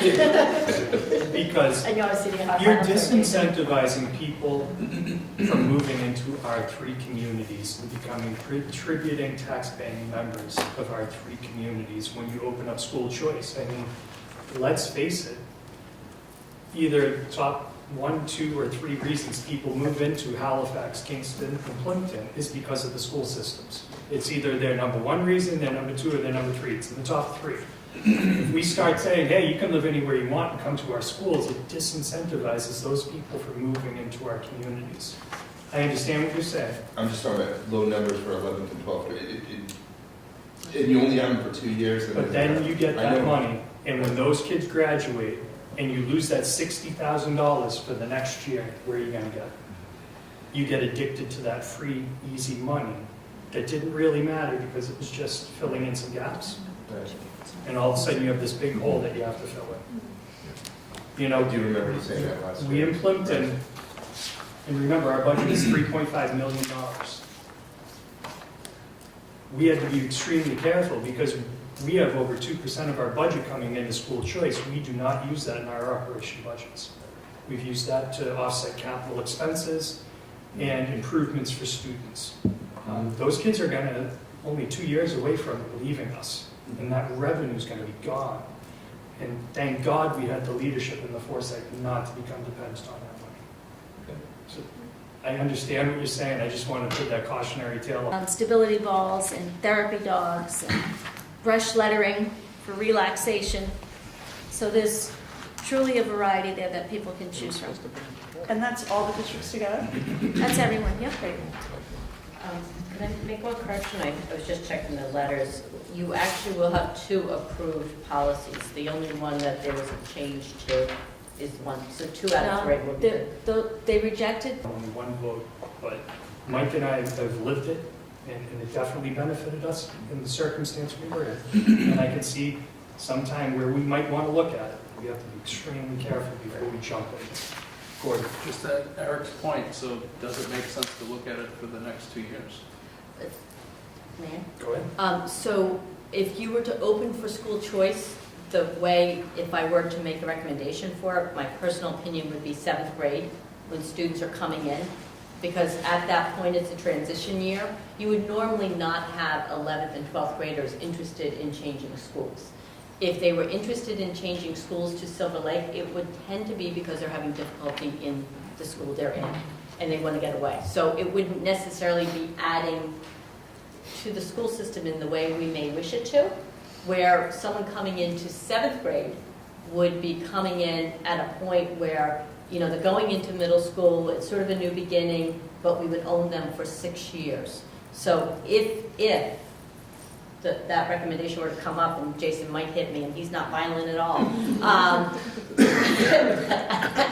I know he will. But, you know, 11th and 12th grade, you would not get the same population for the same reason. It would be highly unusual. I mean, and if you think back to when you were 11th or 12th grade, would you have wanted to change schools at that point? I mean, that's when kids get really depressed. Well, if you're having a bad time. Yeah, if you're having a bad time. So again, or your girlfriend's at the other school. But, you know, it would be something that there's logic to it, but it's really, to Jason's point, you have to be very thoughtful about it and the reasoning behind it. We have communities on the North Shore that are currently 40% non-resident students. 40%. Well, every year you say, well, let's take a couple more. Yeah. Let's get a few thousand more. Let's get a few thousand more. Yeah. And next thing you know, you turn around, Yeah. and you're not your town anymore.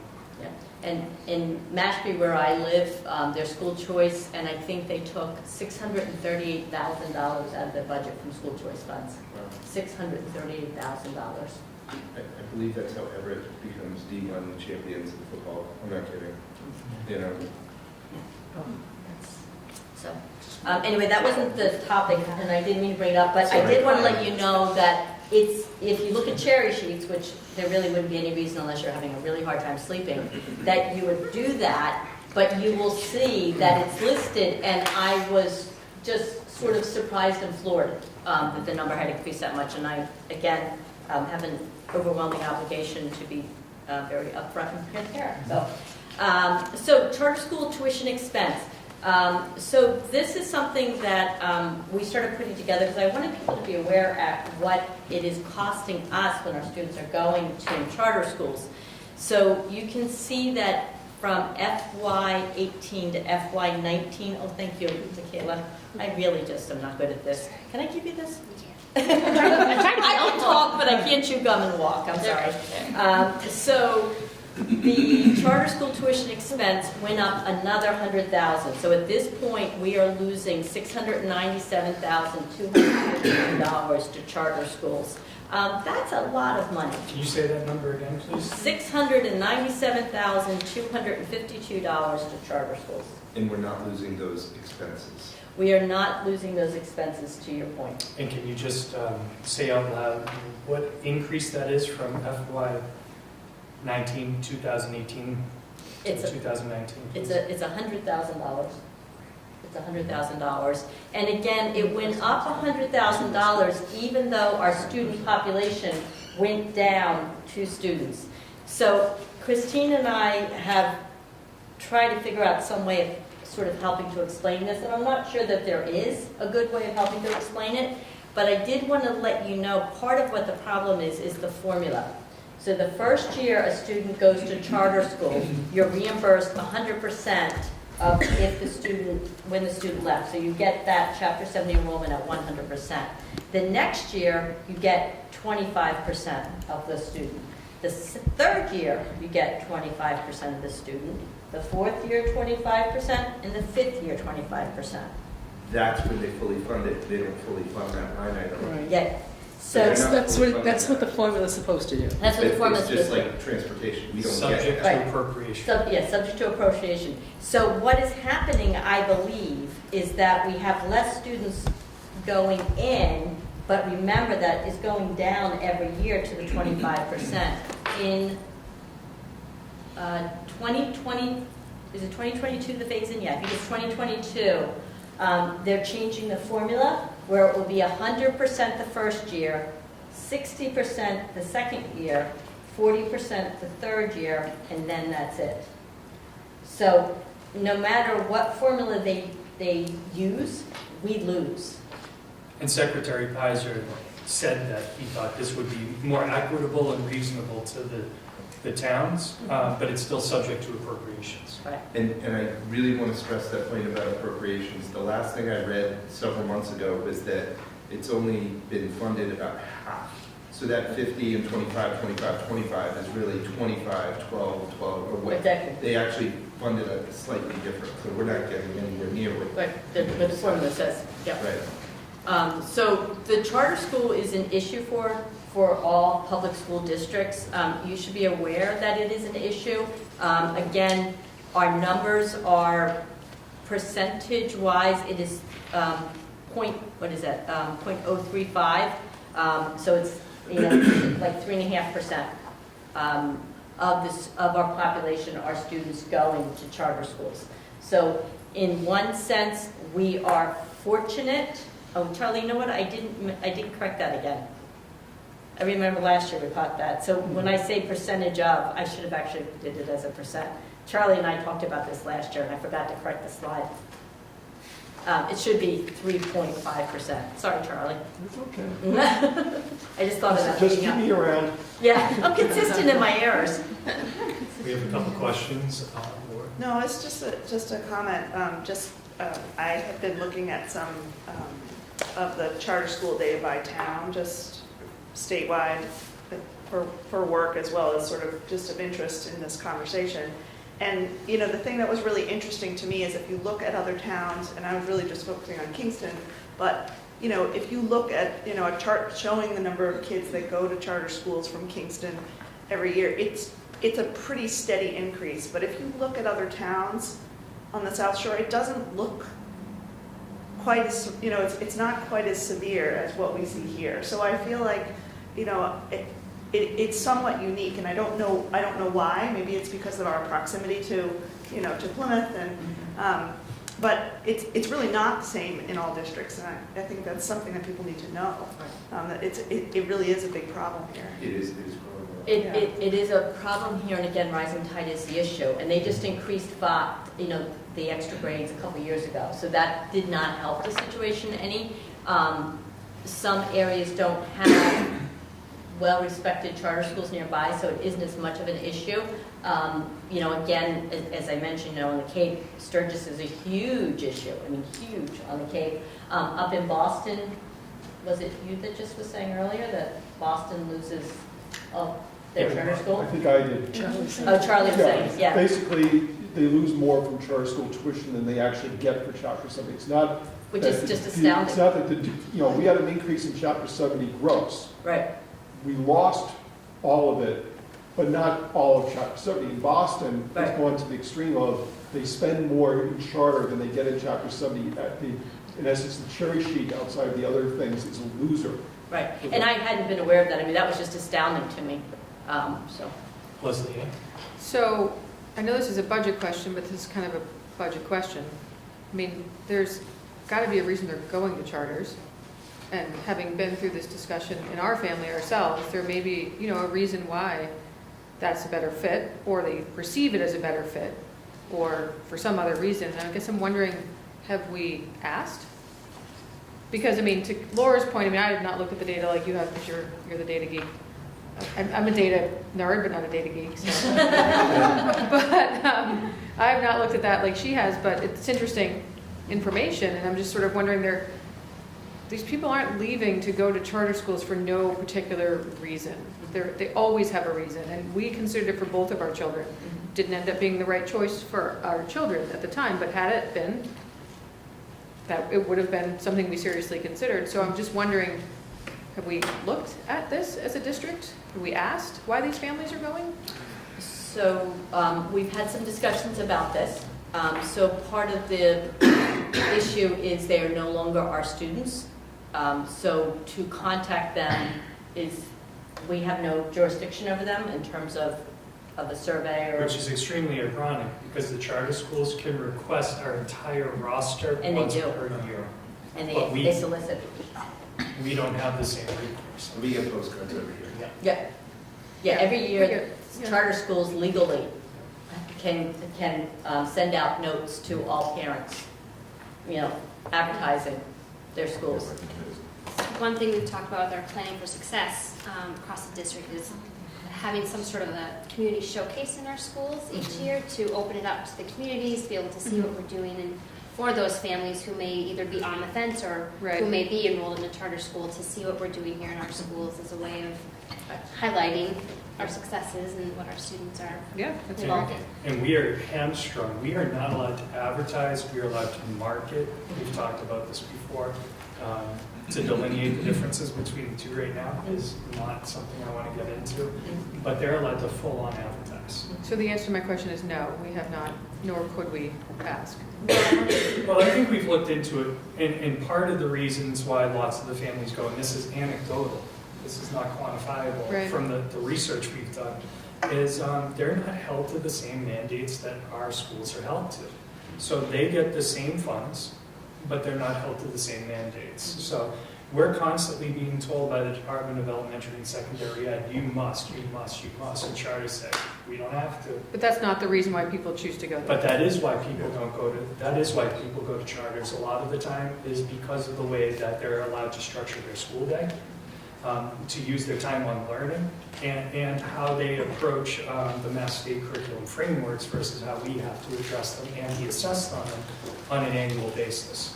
So, again, anecdotal, but a lot of people say freedom, structure, non-traditional, which are all, code words that you can decipher on your own. Again, just to sort of finish up my section, if it's okay. So the next slide is just a comparison in terms of the DESE per pupil cost. Thank you, Michaela. I actually didn't bother to look this time. So our current Silver Lake per pupil cost, based on FY17, which is the last year DESE has all the information up, is $15,404. So we're a little different. There aren't that many just 7 through 12 districts, which impacts the budget. So that's why it may feel like sort of an odd mix of schools. So you can see where we fit in terms of our per pupil cost. The state per pupil cost is $16,015. So we are below the state average per pupil cost. FY20 assessments. So I'm going to turn it over to my dear friend Christine. We like to split the pleasure of the presentation. Are you ready to be dazzled? I'm going to disappoint you, I'm sorry. As we address our assessments, as you look through your handout, one of the things that we talk about is the influences. What influences our assessments? The budget is a huge component. The revenue that we have, Chapter 70 money and minimum contribution by town. When we look at our numbers for this year, the net state aid is a decrease of $33,662 from last year. So that's after all the pluses and minuses, that's where we end up. And then if we look at our minimum contribution by town, that has gone up by $377,000. So just from the beginning, the towns are being asked to contribute more. When I start with the assessments, I take a look at, we start with our budget, that's the biggest piece that I have, and then I have to reduce it by the items that are not net school spending items. That's transportation and equipment. Once I get to that point, then I have to start looking at what are the factors that, how will they influence as we lead into the final assessment. And if you go to the next... Before we go on, I just want to show you. So before we could do anything, these are the numbers that the town's assessment cost went up, separate from our budget, just so you know. So before we did anything, something we couldn't control, that's their increases. I'm sorry, Christine. No, that's fine. If we go to the next slide, are there any questions? Yes. This is the step-by-step process that I go through with the assessments. And this is a method that the state uses, as well as our regional agreement also uses the same method. So once I have the budget, then I reduce it by transportation and equipment. Then I start looking at what are the revenues that we have within in-house. And you'll see on the slide following this, we'll get into detail about what all those revenues are. But once I reduce it by the revenues that we have in-house, then I still have the minimum contribution per DESE by town, because it's done by town, it's not in total, it's by town. Once we get to that point, then we come up with a factor of what has to be assessed back to the towns based on their enrollment. So once we get past the minimum contribution, it's going to be based on it, it's purely based on enrollment. Then we start adding back the items that I reduced it by, the transportation, the equipment that I have to assess back, and then debt, assess the debt for the capital, the debt payments that we have, principal and interest for 2020, and that's purely based on enrollment in the district. And then as you can see on the bottom, I have what the new enrollment figures are, as well as what those percentages correspond to. And that's as of October 1, 2018, and this is what we will use for our 2020 calculation for assessments. And thank you very much. We did make some changes in our revenues for this year. The Pembroke insurance reimbursement continues to go down as we lose folks on that list. The list goes down, and so the reimbursement will continue to go down. CTE tuition, based on what Joy has mentioned earlier, that we know that we'll be getting more Pembroke students this year, we have increased that revenue by $40,000. Purchase power agreement, I have also increased that by about $20,000. I did speak to the company that oversees the facility. There are no expected shutdowns during this year. So I'm still being conservative. I'm still keeping in line where I think we're going to be. And what we're getting for this year will be higher than that, but each year the plant decreases generation by 0.5%. This seems to be a pretty good estimate based on what we know at the time. And then shared costs, that is the reimbursement that we'll expect to receive from the 3 towns for those items that were on the shared cost budget. And then finally, our state aid. And that is the net number that we're using as we're calculating the percentages. And the next slide, please. Here is a pie chart of how all those items come together, including our assessments. Are there any questions so far? All right. Now, next is the big fun excitement. This is our capturing all the information on one sheet. And as you can see, based on the calculations from FY19 final to FY20 budget, we do have some increases. Our operating assessment for Halifax is up 3.1%, for Kingston 3.8%, and for Clinton 6.5%. And then once we do our capital has gone up slightly. And I just want to mention to you, if you remember, 2015 we refinanced our debt. And based on the debt we would have been paying versus what we are paying because of the refinancing, it's a $60,000 reduction. So it has made a difference for us that we did that refinancing. And on the left-hand side is just a snapshot of all those pieces of information that came together to create the assessment. The starting budget, the revenues that we're receiving, the state aid. So that kind of is everything in a nutshell. And then on the bottom of the page is the culmination of all the operating budget plus the debt payments and those percentage increases for the 3 towns from the final assessment from 2019 to 2020. Are there any questions? What was the total number increase on the budget? You said earlier 800? Oh, I had that here somewhere. Virtual food budget increase. It's a 3.06 percentage, and quick math, 772,000, give or take. I didn't go to the hundreds. It's about 771,000.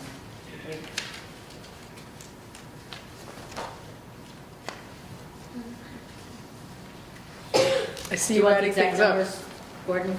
I'm just trying to come up with a $140,000 difference. Between the increase in assessments versus the increase in budget? Yeah. That's because of the revenue items.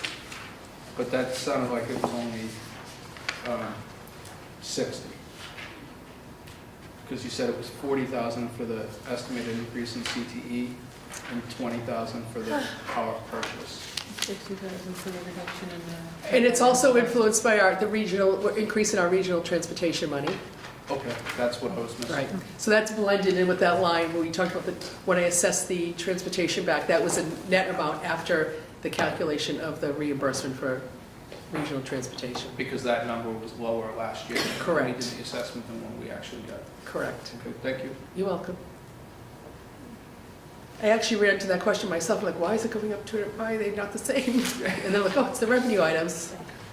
There's smoke that comes out of her office, so she's working her way through this. And we don't have smoke alarms or sprinklers in my building, so it makes me nervous, but we usually get through it. We just remember to breathe. That's all. Does that make sense? Are there any questions on the steps that I go through? So during the public participation, I held back comment because it wasn't time or place. Can you stay on this slide for a second, please? Thank you. There was no representation from the town of Plimpton today except for Mike and myself on the committee. As you can see, the percentage change right there for the town of Plimpton is 6.1%. I don't think that it's incumbent upon the school committee to be concerned about what the assessment to our town is. This is a predictable event. If you pay attention to what's going on in the elementary schools, you pay attention to the graduation numbers, the town should be able to predict the assessment changes that are going to occur in their towns. And those years where their assessments are lower than the overall budget percent, should really consider creating some sort of stabilization fund for the assessment going up in the future. I know that this has been something that's been discussed before. I know that the town of Plimpton actually eliminated a stabilization fund at town meeting 5 years ago that would have accomplished this exact task. So my job here is to balance the budget. My job is not to worry about the assessment. That is up to my town fathers and ladies to deal with. I can't be concerned about that 6.1%. For me to try and drop that percent down to a 3 or a 2 could eventually put us in a situation where we're not meeting foundation budget. And this is, again, a topic that we've been talking about at the school committee for 5 years now. We have the minimal contribution and we have foundation budget. These things keep kind of back and forth with one another, and if we don't address meeting our recommendation from the state of what we need to contribute to the budget, we're going to run into an issue with not meeting foundation. So I'm sorry that this happens from year to year and that one town seems to bear the brunt of it every single year, but it's a predictable event and we need to become a little bit better at predicting it.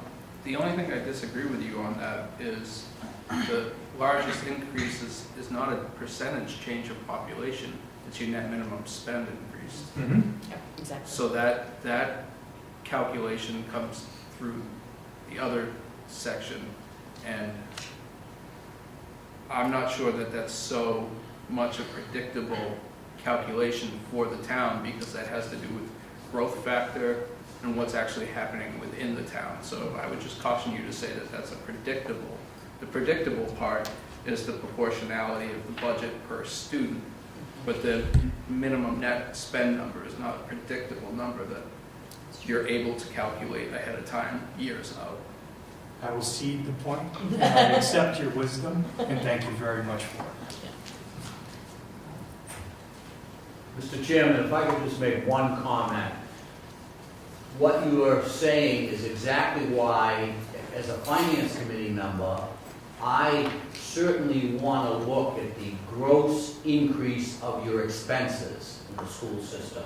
And I'm encouraging our town administration and our Board of Selectmen to recognize that it's the bottom line of your spending increase that we should all be concerned about. And as you say, not these up and downs caused by the student population, the relative student population, and the minimum required contribution. So I'm, for one person, I'm 100% behind the school committee looking at it that way. Thank you. Thank you. Open it up to the ledger.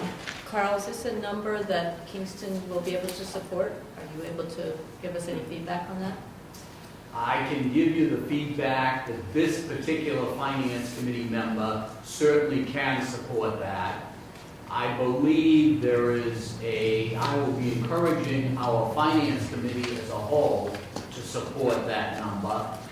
And I believe when I look at what the other budget percentage increases are, that the town should recognize and accept this number, and especially because that 3.6% is including somewhere around 150K that you don't have control over. It's the minimum contribution and the change in the assessment percentage. So without committing too much, I certainly will be trying to sell this as a reasonable number. Thank you. Good. I had some contact with some of the Kingston, with the town administrator, and he had told me that he was looking for a 3% number from Kingston, and he was looking to not support anything more than 3% above the assessment. So just want to make the committee aware that that was a conversation. Did you say that was the Kingston Town Administrator? That was the Kingston Town Administrator. And I met with the chair of the selectmen from Kingston for a couple of hours, and I think she thought it was a pretty reasonable number, so. She thought what, Joy, I'm sorry? She thought it was a reasonable number. And at the meeting that I was invited to, as part of the bylaws of Kingston, we were asked for a level service funded budget, and that's what we tried to deliver here tonight. Obviously, things change. That was back in the fall. Actually, I have a question. At our town meeting, Finance Committee will present whether they are for or against. Board of Selectmen say whether they're for or against, but the town administrator is an employee of our town, of the Selectmen, and does not have a formal recommendation to the town, as he is not elected, correct? Correct. Okay. That's what Anybody else? I also had a brief conversation with the Plimpton, is it town administrator, town manager? I don't know if it's a title. I'm not sure of her firm title. Right.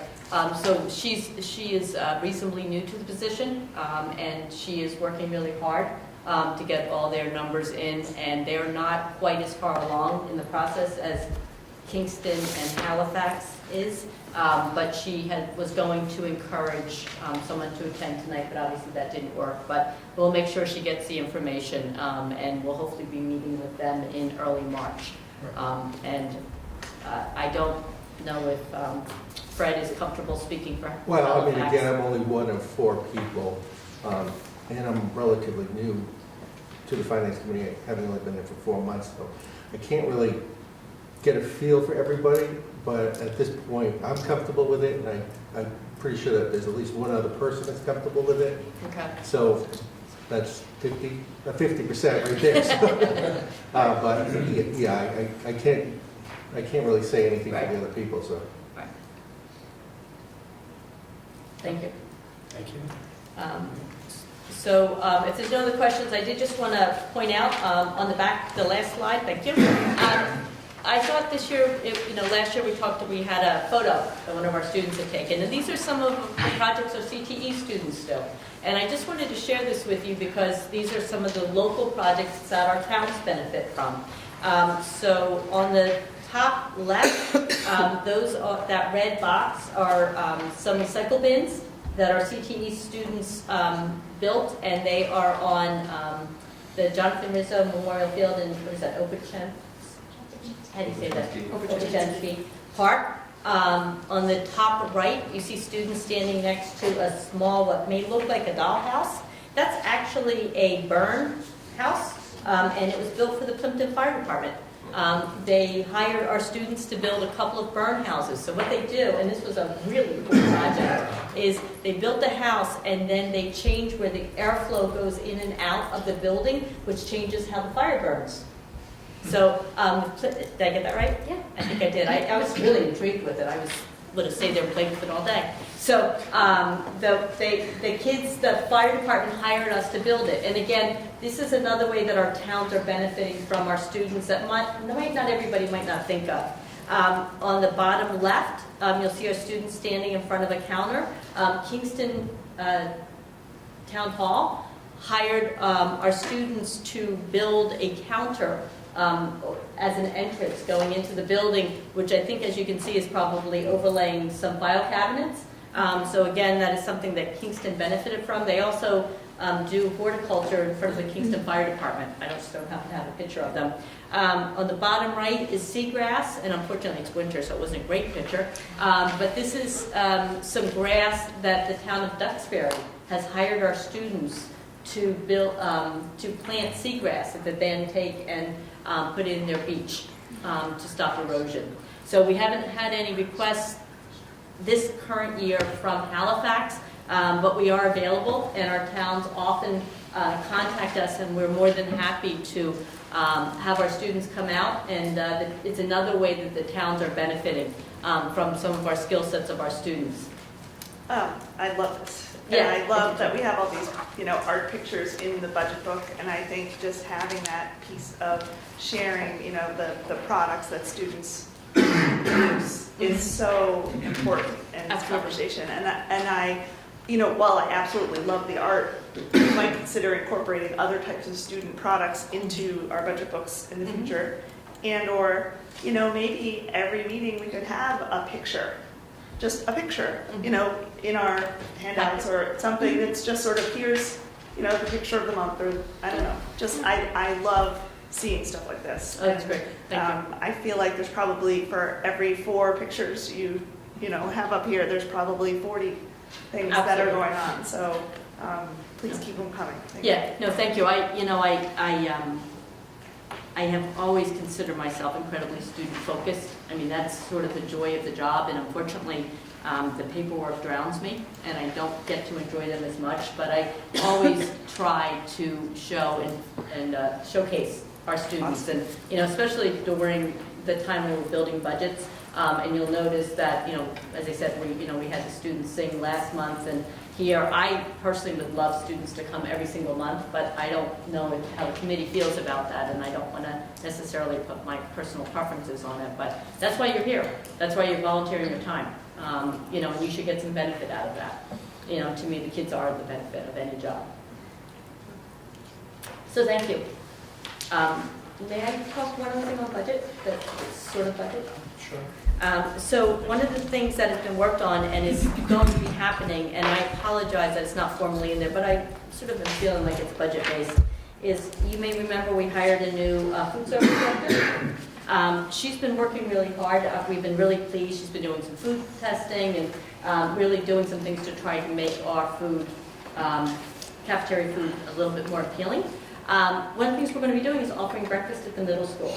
This has been sort of a pet peeve of mine. We finally got it through all of our elementary schools, which has been very successful. Kids have been great. So we are going to be starting breakfast at Silver Lake Middle School, and it will be beginning on Monday, March 11th, and it will be sort of a grab and go, and it will be offered there from 7:05 to 7:20 in the cafeteria.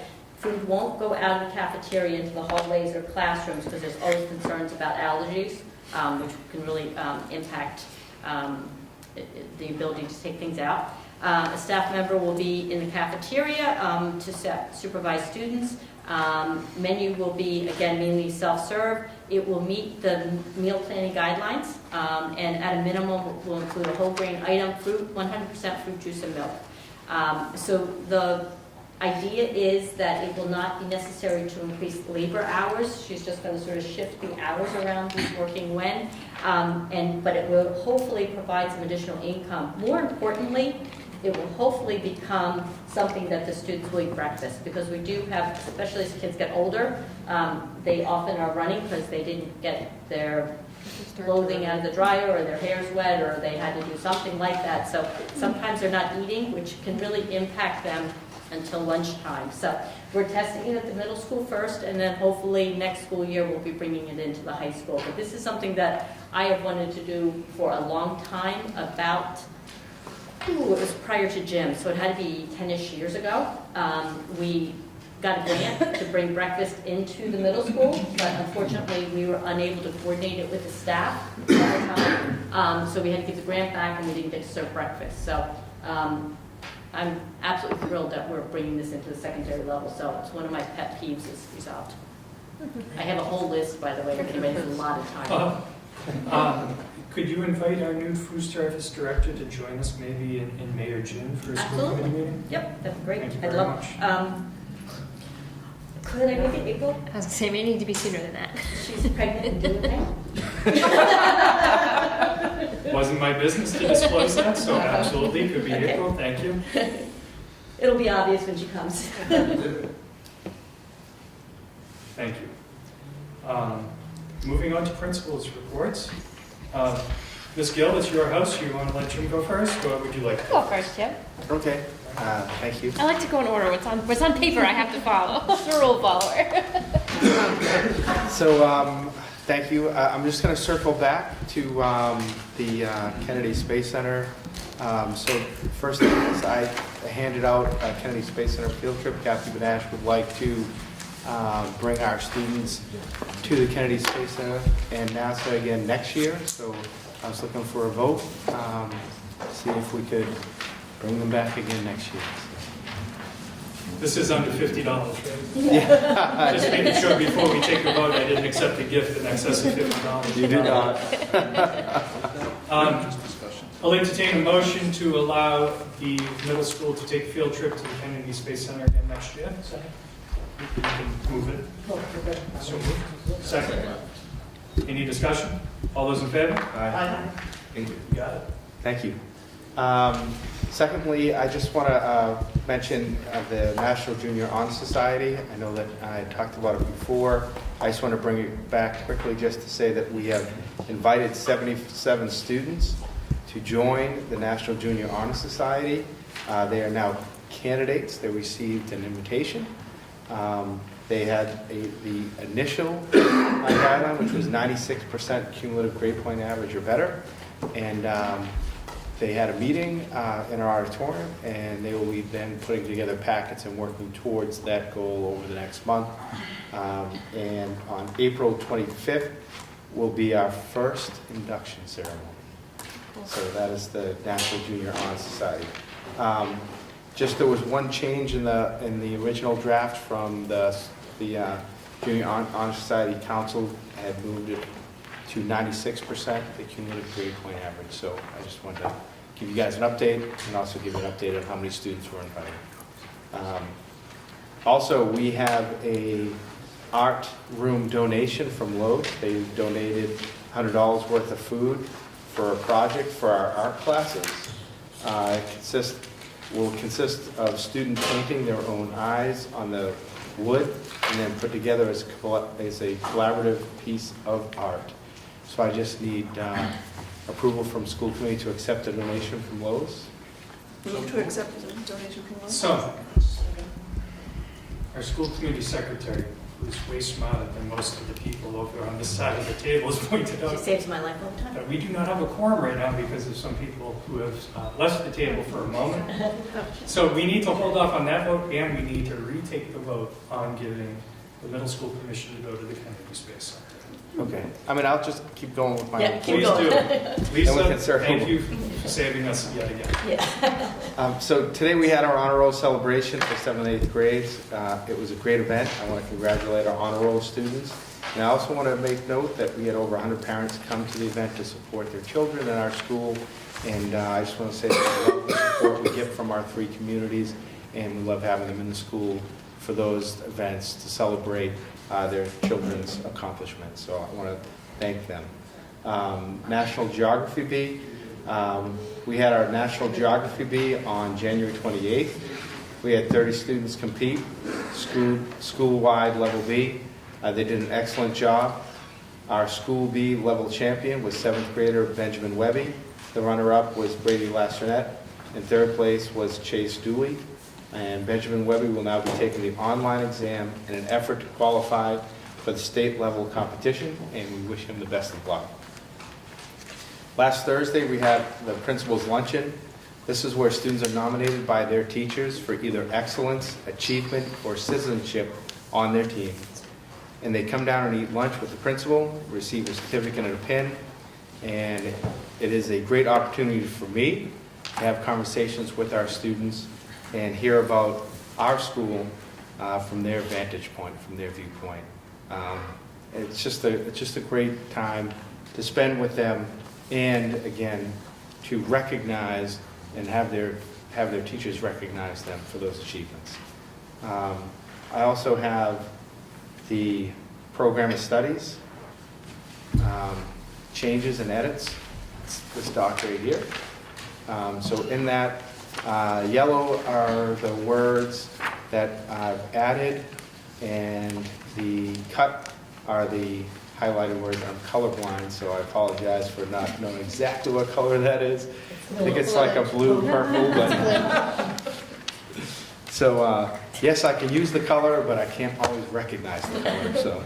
And Jim, this is our first time seeing these changes, correct? It is. Yep. So we can give you a vote next meeting on Yep. the changes? Yes. Great. Okay, we have a quorum now, so. Sorry. No, it's not your fault.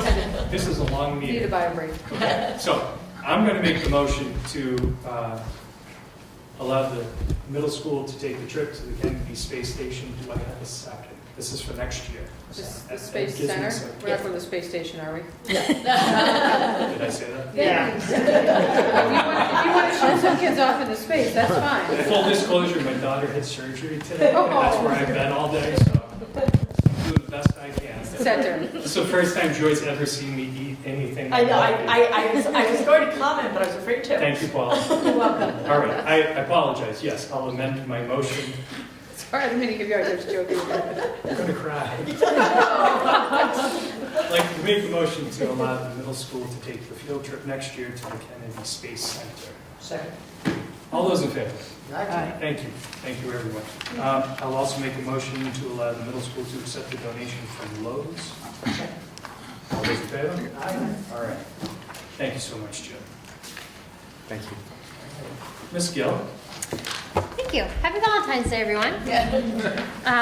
Paula, great minds think alike. She beat me to the punch, but I have a Valentine's for everybody too, but I'll pass those out later. So we have an 11th hour request for a program of studies, which will go live tomorrow, pending your approval. Because as soon as we come back from break, our students begin selecting their courses. We have our parents from the 8th grade come in that Tuesday, and we review with them sort of the 4 years at a glance, and then our guidance counselors go in and meet with our current students to make those selections for their schedule. But we have a class that Heather Bates has run for years here. It's a very popular class, I'm sure many of you know, called Shakespeare for Everyone.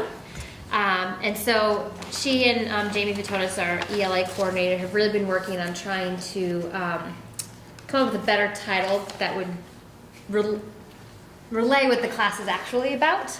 And so they're proposing a new title that is Shakespeare on the Stage, because it is very acting intensive and very acting heavy. It's not just reading Shakespeare. And so I think we found a lot of students have signed up for it and have gotten themselves into it, and then they panic and stress because they have to perform on a stage. So we'd like to make the title reflect what is actually being done in the class. And in doing so, also change the prerequisite. So 11th and 12th graders, it would still be available too. But for sophomores, it would be with a recommendation from either an ELA teacher, or if it's a student who is in the drama program already, it would be a good fit to sort of enhance their skills, and they would get a recommendation for that as well. Can I ask a question? Sure. So it's not a drama class, though, is that correct? Well, technically it's an ELA class, it's an elective. Right. So it's a mesh of ELA and acting and stage. But is it a similar class to what it's been in the past? Yep, the class itself isn't changing, it's just trying to get the title to reflect what is actually happening in class, yes. I know, I have a son who's, more interested in math and science, and is really excited to take this class. And I think, I wouldn't want it to drive anyone away if they don't consider themselves to be, if they're not in drama. Because I feel like it should be for everyone. It still is for everyone, except for maybe sophomores, we would want that recommendation for.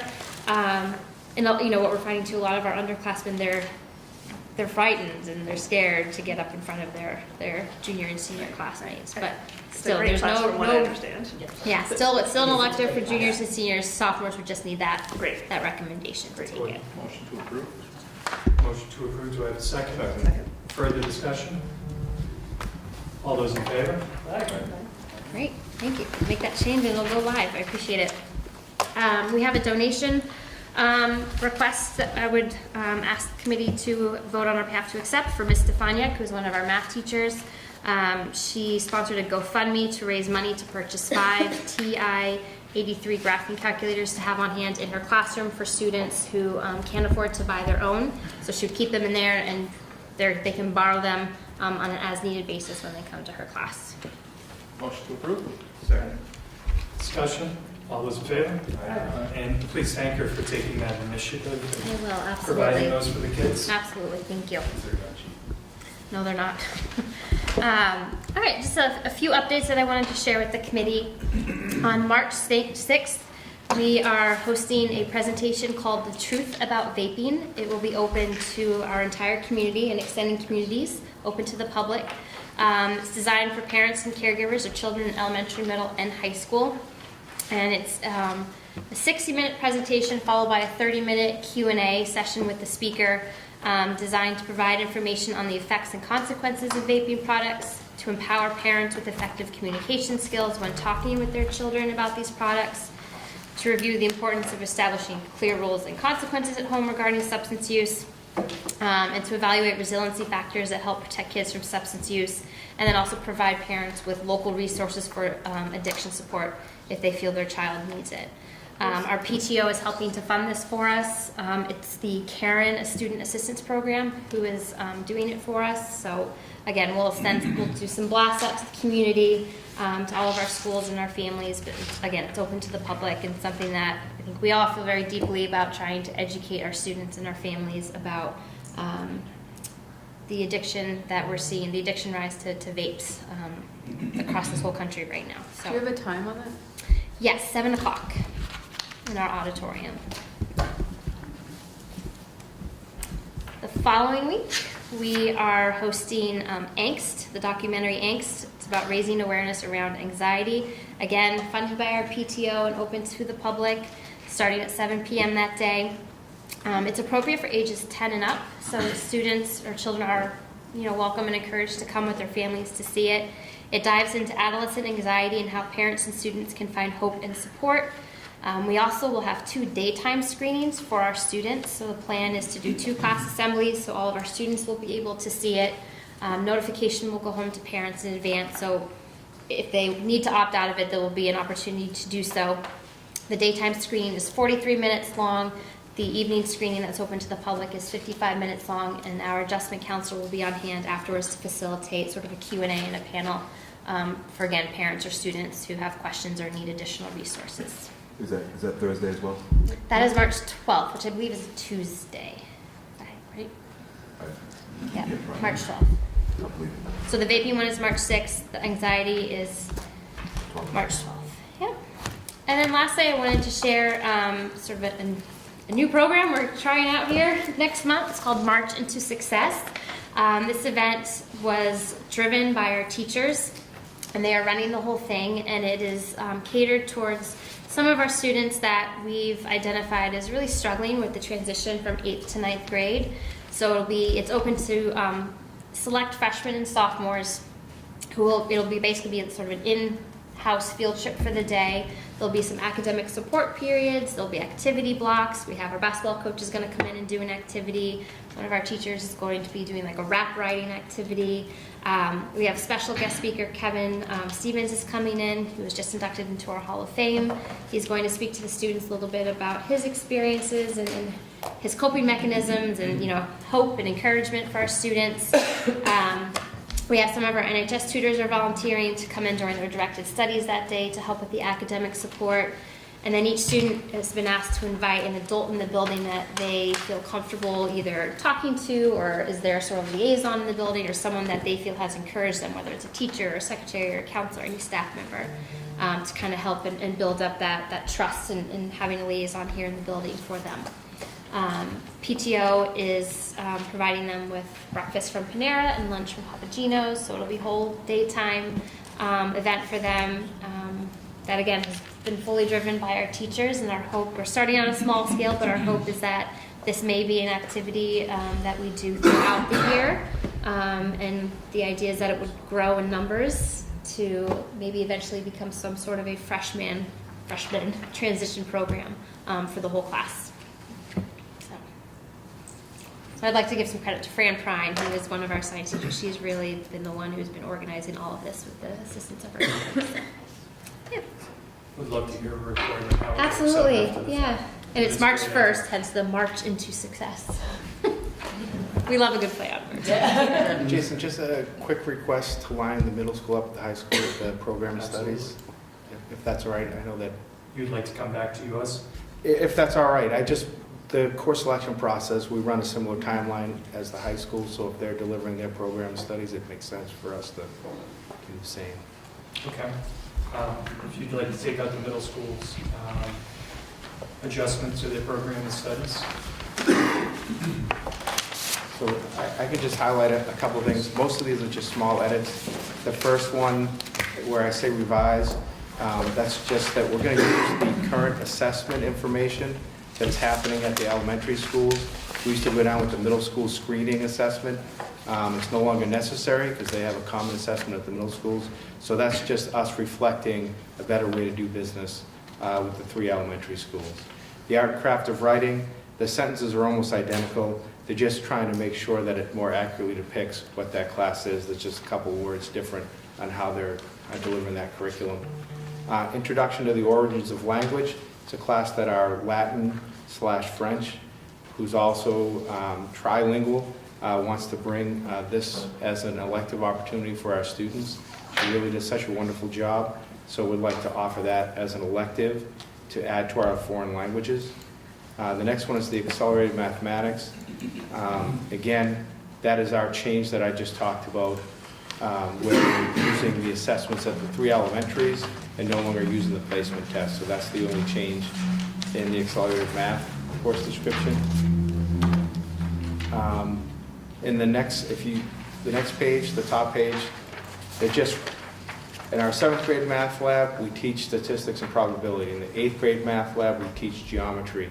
It's a better course title because that's actually what we're teaching. So we'd just like to have the title of the course align with what we're teaching. Patterns, problems, and puzzles. That is a math elective that we had in our program of studies. We'd like to bring that back to our program of studies. We had that a few years ago. So we'd just like to add that back in and give that as an elective opportunity for our students who really want to stretch their mind with mathematics. Technology engineering, we are doing this revision. You can see it in yellow. That just goes along with our Project Lead the Way grant that Scott Farrell was here talking about, that we're adding that design and modeling into that 7th grade program. The 7th grade program is already currently being taught. We instituted that this year. So that's just saying the Project Lead the Way piece that we're doing that. The grade 8 science, it's just one bullet that he wanted to add into that, and again, it's just a descriptor, how Newton's laws govern the movement of objects, just another piece that they do in that. If you flip over to the next page, accelerated science, he just wanted to make a quick add, which is analysis, and then to communicate it to their peers. And then he wanted to remove in addition, students will have the opportunity to take place in the Mass State Science Fair. He said that descriptor was unnecessary in our program of studies, even though that is offered up to not just this class, but to everybody. The next 2 classes are social studies electives. We are currently going through a transition to no social studies curriculum. And we're supposed to be fully implemented, not this September, but September after. And these would line up with some of the course changes that we eventually be moving towards. So those are just electives that would be offered hopefully at some point down the road, and that's why we have it there. One question, Jim? Yeah. On the constitutional law. Yep. It says, please note the course may not be offered due to financial limitations. Is that outside cost or within? It'd be within our budget. I mean, I know our budget's not voted on, and I know that there's a process that happens between now and in May. And I just don't want to put something in there and overpromise something that we are hopeful, but what happens if we can't get it off the ground till next September? So we'll put it in there just as a descriptor.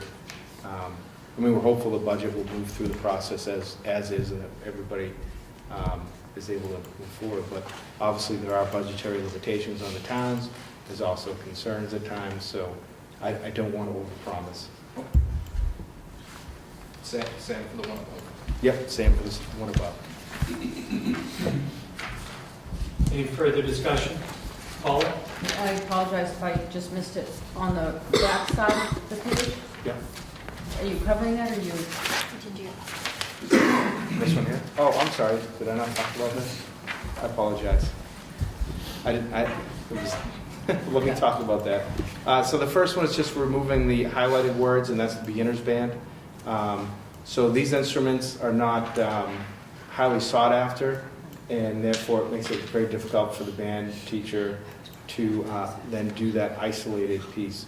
He thinks that he can better service our entire band population by just revising that a little bit. He also wants to add jazz band as an elective opportunity for our students. He currently teaches jazz band after school, and they are part of our performances. But he wants to give that as an opportunity during the school day. And I think it's a great opportunity for our kids who really are inclined to do that and move more into the music. And English for Content, that's through our ELL teacher, English Language Learning, and she had put that course description for us because there are students, ELL students that are in English for Content, and we should have something in our program of studies that describes what that class is.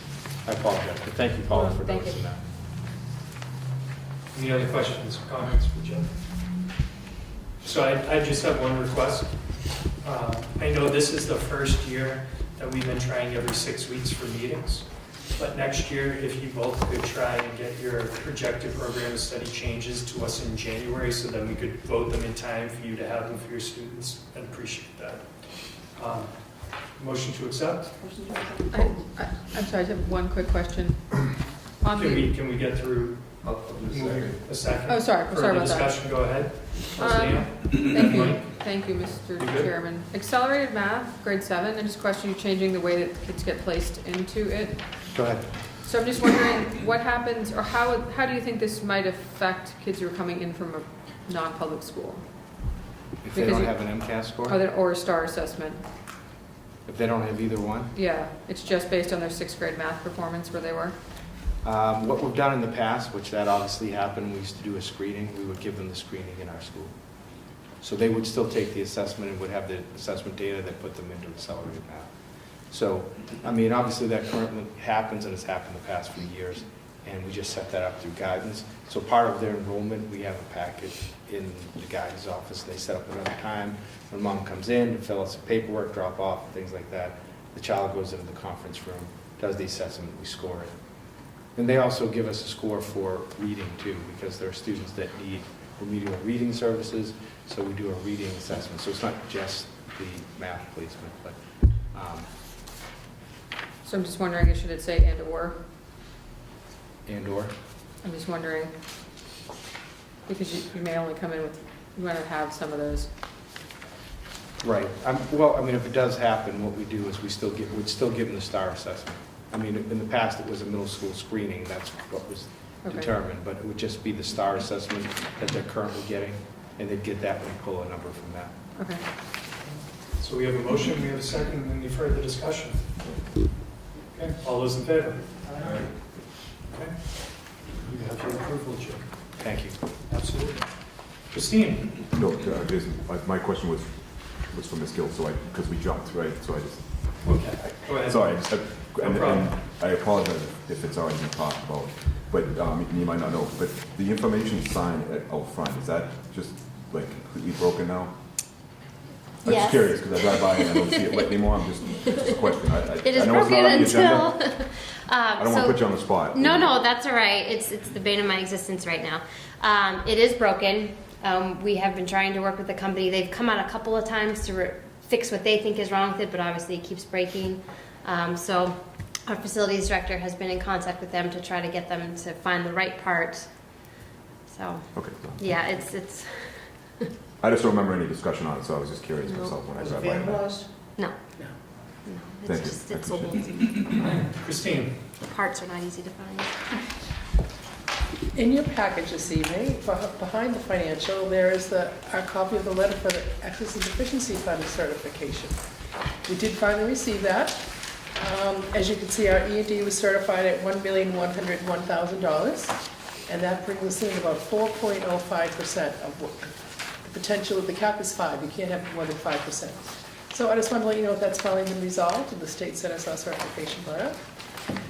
And then other than that, the financial report, I did not have a chance to do an in-depth review for tonight's meeting. I have one question, Christine. Sure. Going through the warrants, this is probably the smallest warrant, but non-check and batch. What does that mean? Those are items that we do not actually issue a check. So for instance, I believe those are sales tax payments. Yes, they are. So we have to go online to the Commonwealth's website, put in all the information, calculates the sales tax, we make sure in advance that we're correct, and then they automatically remove the money from our account. Excellent. But we still go through the same process for authorization. That's the only way the state will do it. There's no such thing as sending a check in. And again, it's incumbent upon us to look through these and to try and understand what we're putting our signature on. So I trust Christine implicitly, but I didn't trust myself to know what the heck I And was thank you for your signing, so- question, because I forget about that. I see them so often that I. So there's one more coming around, I've been holding on to it. And I've been waiting for the right time to say, hey, sign that so I can say it. Now I know. Thank you, Christine. Mr. Chair, can I just ask, when we just talked about the warrants, can I ask one other question on the warrants? I noticed that there was some charges like for Staples, like at Staples, things like that. Then I saw like Amazon was in there too, right? Do we have a Amazon Smile account?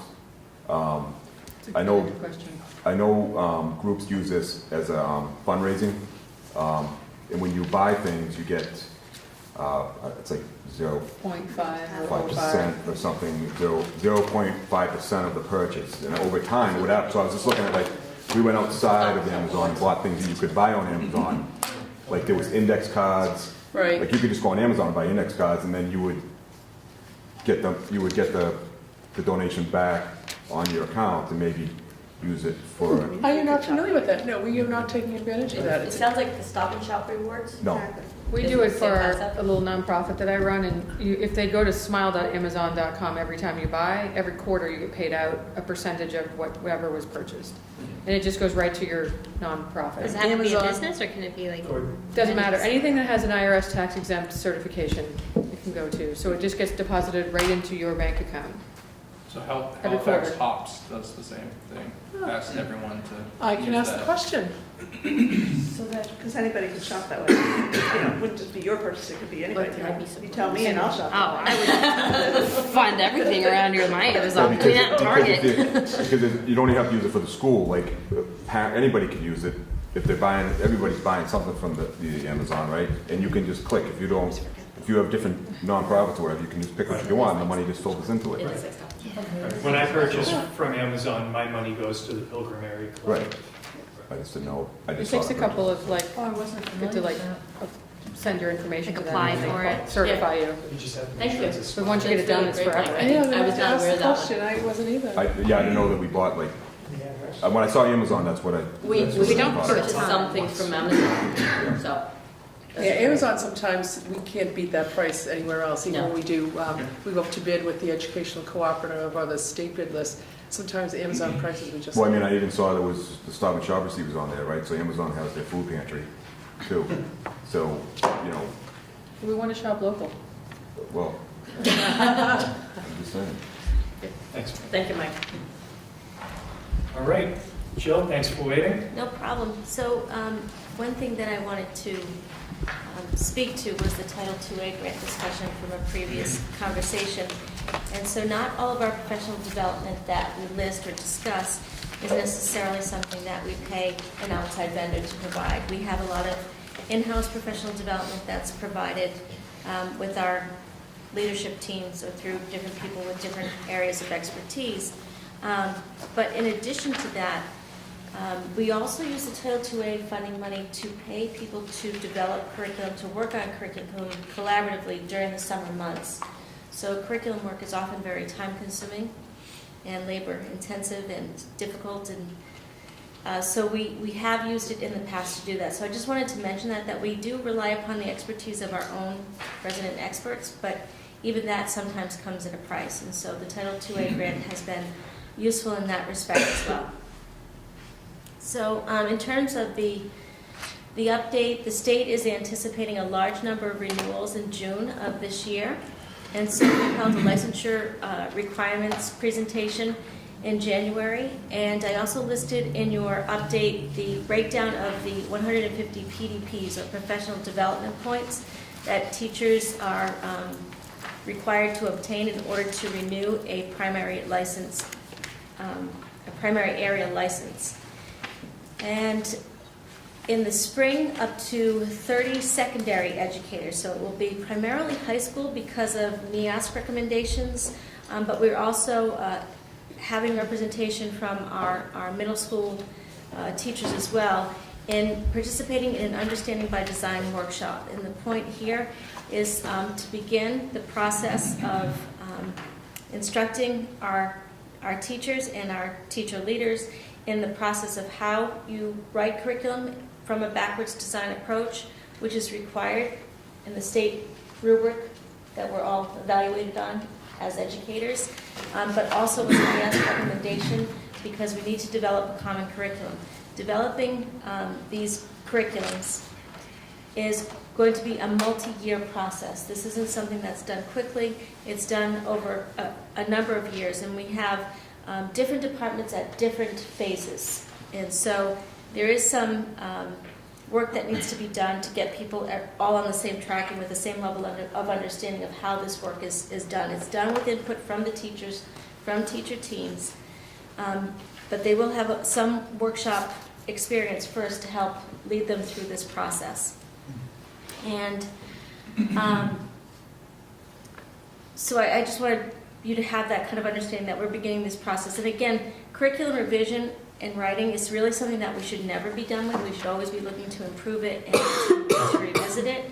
And unfortunately, in the past, curriculum was something that was written and then sat up on a shelf, and people may or may not have followed it. And so what we're looking for is a curriculum that's created by the teachers with leadership teams to make sure that the written curriculum is the applied curriculum and is actually the practiced curriculum in our schools. And that's one way to develop buy-in, is by enlisting teachers in the creation of it. In February, just last week, our attorney provided us with Title IX training, and again gave us our leadership team some important pointers on how to take prompt and effective steps to reasonably end harassment, prevent its reoccurrence, and, as appropriate, remedy its effects. And out of that came the creation of a Title IX checklist that all of the school teams have been provided with, and also a list of updated resources for people who have been harassed or targeted that we can share with families or students if and when the need arises. We are going through kind of a second part of our educational stability review, which we began last year. You may recall that the Educational Stability Review asked us to look at our processes and policies as they related to homeless students, students in foster care, and military-involved children, and making sure that our school protocols were aligned with the state regulations. So we, as a liaisons from each of the schools, worked with me and worked with Christine as well to put together some data that we submitted to the state for their approval. One of the things that we submitted was related to policy. And there were two policies that we have not approved here in Silver Lake. But we submitted at the time because we needed to meet the deadline. We didn't actually have a policy for foster care students or for military-involved children. And so we reached out to MASC for a sample policy, and we submitted that, and with the caveat that we would present this to the school committee for approval and implement. Well, we found out in a webinar that all of the schools who had submitted this MASC policy as the policy was in fact rejected by the state. And so what I then set about doing was crafting draft proposals for foster care, military, and the changes that we needed to make for homeless. We submitted them to our attorney to take a look at. We then submitted them back to the state. We got feedback just today with one slight change to our foster care policy, which I have then presented to Joy for subcommittee consideration. We may or may not make the deadline. I understand this is a very aggressive thing, but I'm also trying to meet the state's expectation, which is a March 1st submission. Nonetheless, what we do have in place is 3 policies that will in fact meet the state's expectation. We may not meet our deadline for the review, which means that there will be a finding and then we'll have a chance and opportunity to correct that. So that's where we stand with that. More details will be coming your way. I'm sorry, can I interrupt for a moment? What could we do to meet that deadline? Is it a policy subcommittee meeting? It's not possible because there has to be 2 readings of a policy. And a finding is not the end of the world. Just like with an audit. It's yeah. I can show you my bruises. It's what it is. They just, as I said, I don't know how they can expect you to have policies when MASC doesn't have the approved policies, and that's what MASC does. So if the state makes changes and then they neglect to tell the people who are doing every school district's policies, so there's a lack of communication. The state likes to do those things. Yeah, among others. Yep. Yeah. Okay. I'm not wasting a breath on it. Gotcha. It's on the list. I will sleep well tonight knowing that. We'll get it there. So thank you to the Professional Development Committee and the Wellness Committee, who both played a role in shaping this February's Professional Development Day. So also in your packet, you see an outline for the day for February 25th. We begin the day with a common presentation on self-assessment and self-management, which we created. And it will be delivered in smaller group settings. So we have a team of leaders who have participated in training and who are ready to deliver this workshop presentation. Then they will have about a 1-hour break where they will participate in wellness sessions, and there is a wide variety of wellness sessions for them to choose from, including OSHA training, which was another topic we discussed tonight. And then the second half of the day after lunch, they will return to their school buildings to begin working on implementing what they learned in the morning with regards to social emotional learning competencies, self-awareness, and self-management into a pre-existing lesson plan. Because the idea here is that we want social emotional learning to be taking place in all disciplines, not as a standalone lesson, but something that happens for all children every day. And so that's the outline for the day, and you also have the wellness opportunities. Because again, you may recall part of our wellness objectives was to create more opportunities for staff in terms of wellness. So there's a wide variety there, everything from blending for health, de-stress at your desk, to the MASC policies. So foster care and military will be brand new policies. Oh, completely. Okay. But we have the policies, just not the... You have a homeless policy, but you have to take out the foster care wording that used to be in there because the foster care regulations changed. So that's the change there. Foster care and military are 2 brand new policies. We're going to disregard the MASC because it didn't fly, and we're going to implement these because we know that they will. So, and that's our hope, that you will approve them so that we can get 2 thumbs up. So then, I'm sorry, I lost track of myself. The PD Council, we had PD Council members who participated in a workshop entitled Assessing and measuring social emotional skills, which was a great opportunity for them to see Ed Presenter and to think about additional ways in which we might want to move forward in terms of to what extent are the programs, the skills that we're trying to embed, to what extent are they making an impact, and where might we see that kind of impact show up? Would it show up in our attendance data? Would it show up in grades? Would it show up in disciplinary infractions? And we would expect to see a decline, so that kind of thing. So they participated in that to begin thinking about measuring the impact of some of the changes that they are making. And finally, we had our tiered focused monitoring review, which for those of us who are old enough to remember is the old coordinated program review for civil rights and special education. They conducted their on-site visit.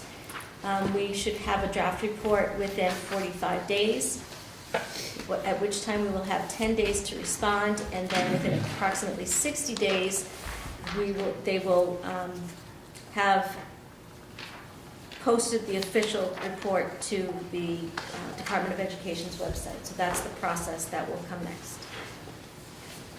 Any questions? Yes? I just have a question backing up on number 2. So can you just tell me, I'm just curious, the understanding by design? Yeah. The paragraph notes this process will help us begin a 5-year curriculum revision process for alignment, which is great. Is there any aspect of that that brings in experiential learning? Yes. So performance-based assessment, backwards design, focuses on performance-based assessment at the end, a common assessment. And there are also elements of that that really speak to relevance in terms of connections with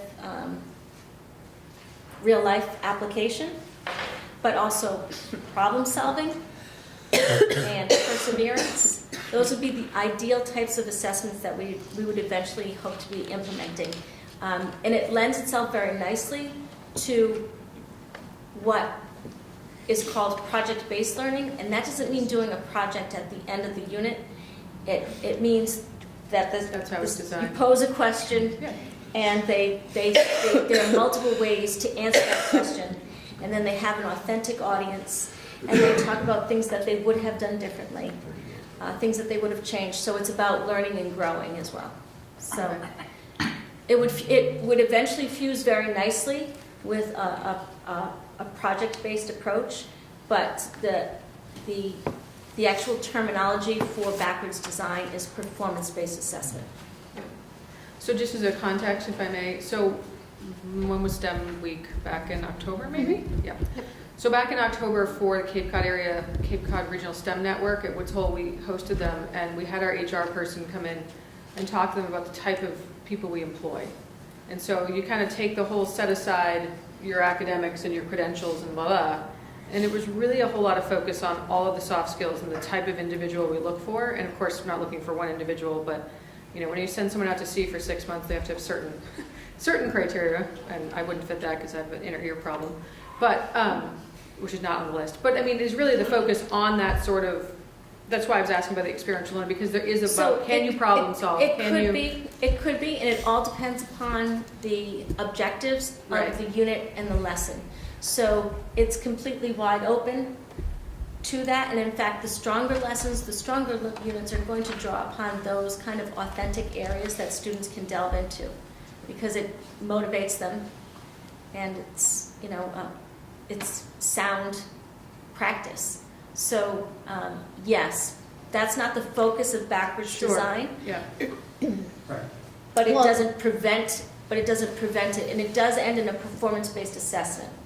So it would look different. It could look very differently, let's say, in a science classroom than in a math classroom, or not. It could be.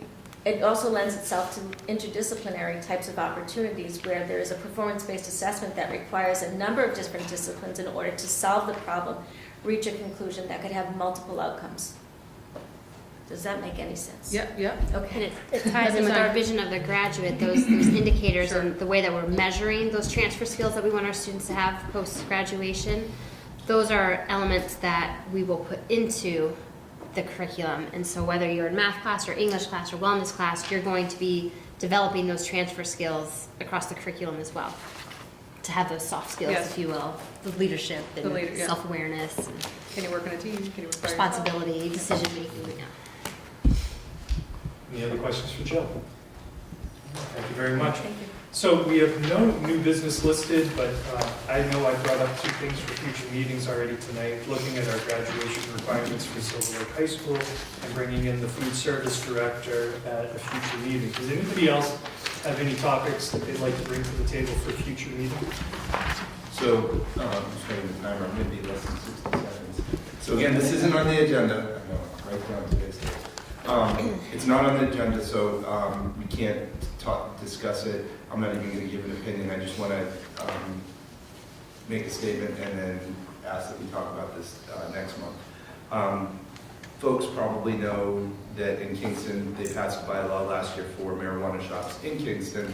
One of the bylaws is that a recreational store, needs to be at least 1,000 feet from a school and many other things. There's playgrounds and other things. There are many items on the warrant for our town meeting this year that reduce that to 500 feet. And there's other ones to totally ban it again. I mean, there's a whole lot of things on that town meeting warrant, so I'd like to discuss that next month, how it affects us, and if we want to say anything about that. Thank you, Eric. 1 minute. All right. Moving on to old business, school committee student involvement. After February vacation, I will be meeting with Michaela and her advisors to the high school student government to discuss how to implement the student advisory board to the school committee and come up with elections so they can have a representative elected in June per state law. And I will give you feedback on that meeting after we meet, but thank you, Michaela, for organizing that for us. Jason? Yes. One question. Is there a way to incorporate the students of the 7th and 8th grade feedback from their student council? Because the student representative would be representing from 7th to 12th. So I just didn't know if there was a way to have, when you guys sit down. So and talk. under MGL, it's high school only, but we can always exceed the letter of law. So I'm more than willing to discuss that at future meetings, how we could work together as a campus to make sure that there's communication coming from both buildings. Again, something we need to discuss. That's something that we can absolutely supersede the state if we choose to do so. For MASC takeaways, I have a follow-up here. I've been asked by the board of directors of MASC to gather any requests for workshops for next November's joint conference down in the Cape. So if any of you have any ideas, come up with any ideas, please feel free to email me. I have about a month to get back to them. But this is a unique opportunity. Usually we go down and we have to pick from the list. This is our opportunity to actually tell them what to put on the list. Moving on to reports of special committees, SLEA. Admin review. No meeting scheduled yet, just that the evaluations will be sent out the 28th of February. So just to talk back with your committees and reiterate how important it is, to do them for us, would be great. And they'll be due, what's the due date on that? April 11th, Okay. right? Yeah. So once we get the materials, then we'll have till just before April vacation. Yeah, full board, April 11th. All right. So we can send an email out to the committees, just giving them those dates, right? Yeah. Great. CTE, I'd just like to thank Chris for sending an email to us all informing us about the 8th grade open house for CTE, so we all know when it's happening. We just want to try and work on making sure that the school committee members are receiving any emails from both the high school and the middle school. I didn't receive that in my Silver Lake account, but luckily Chris picked up on it and sent it to all of us. So just again, make sure that we're on all of the parent lists, even if we don't have students in the building. Chairman's report. Been working with Senator DiMacedo on earmarks. We've shifted gears a little bit with what we're looking at for the earmarks. Last year, when we were looking at putting up the lights, Senator DiMacedo came to us and told us it was a little too late for that budget to put any earmarks in for Silver Lake. We discussed maybe getting $75,000 towards the admin building. But we've recently had a safety and security audit done on our campus here at Silver Lake by the chiefs of our fire and police of all 3 towns, really giving us some good feedback on some upgrades and changes we need to make. So that's the angle that we're working with Vinny, is to try and get money for those upgrades, because some of them could be quite substantial dollar costs. So working with the senator on trying to get those into this year's budget. He's been excellent to work with. Excellent. He's a very proud Silver Lake graduate. Moving on to legislative agent report, there is tons of chatter going on right now about the different budgets, the bills, the litigation, the legislation that's going through. Governor's budget proposes $1.1 billion over 7 years, and that number is purposely picked because that's also the amount that the Foundation Budget Review Commission said we need to adequately fund our schools here in the Commonwealth. But we need $1 billion right now, not over 7 years. If you actually look at $1.1 billion over 7 years, that only meets foundation, because we need about $125 million per year in the Commonwealth to keep pace with the foundation budget. So the 1.1 million is smoke and mirrors. Senator Chang Diaz put out a bill which is now being called the Boston bailout. Earlier, it was mentioned that all of Boston's Chapter 70 funds is now being diverted directly into charter schools.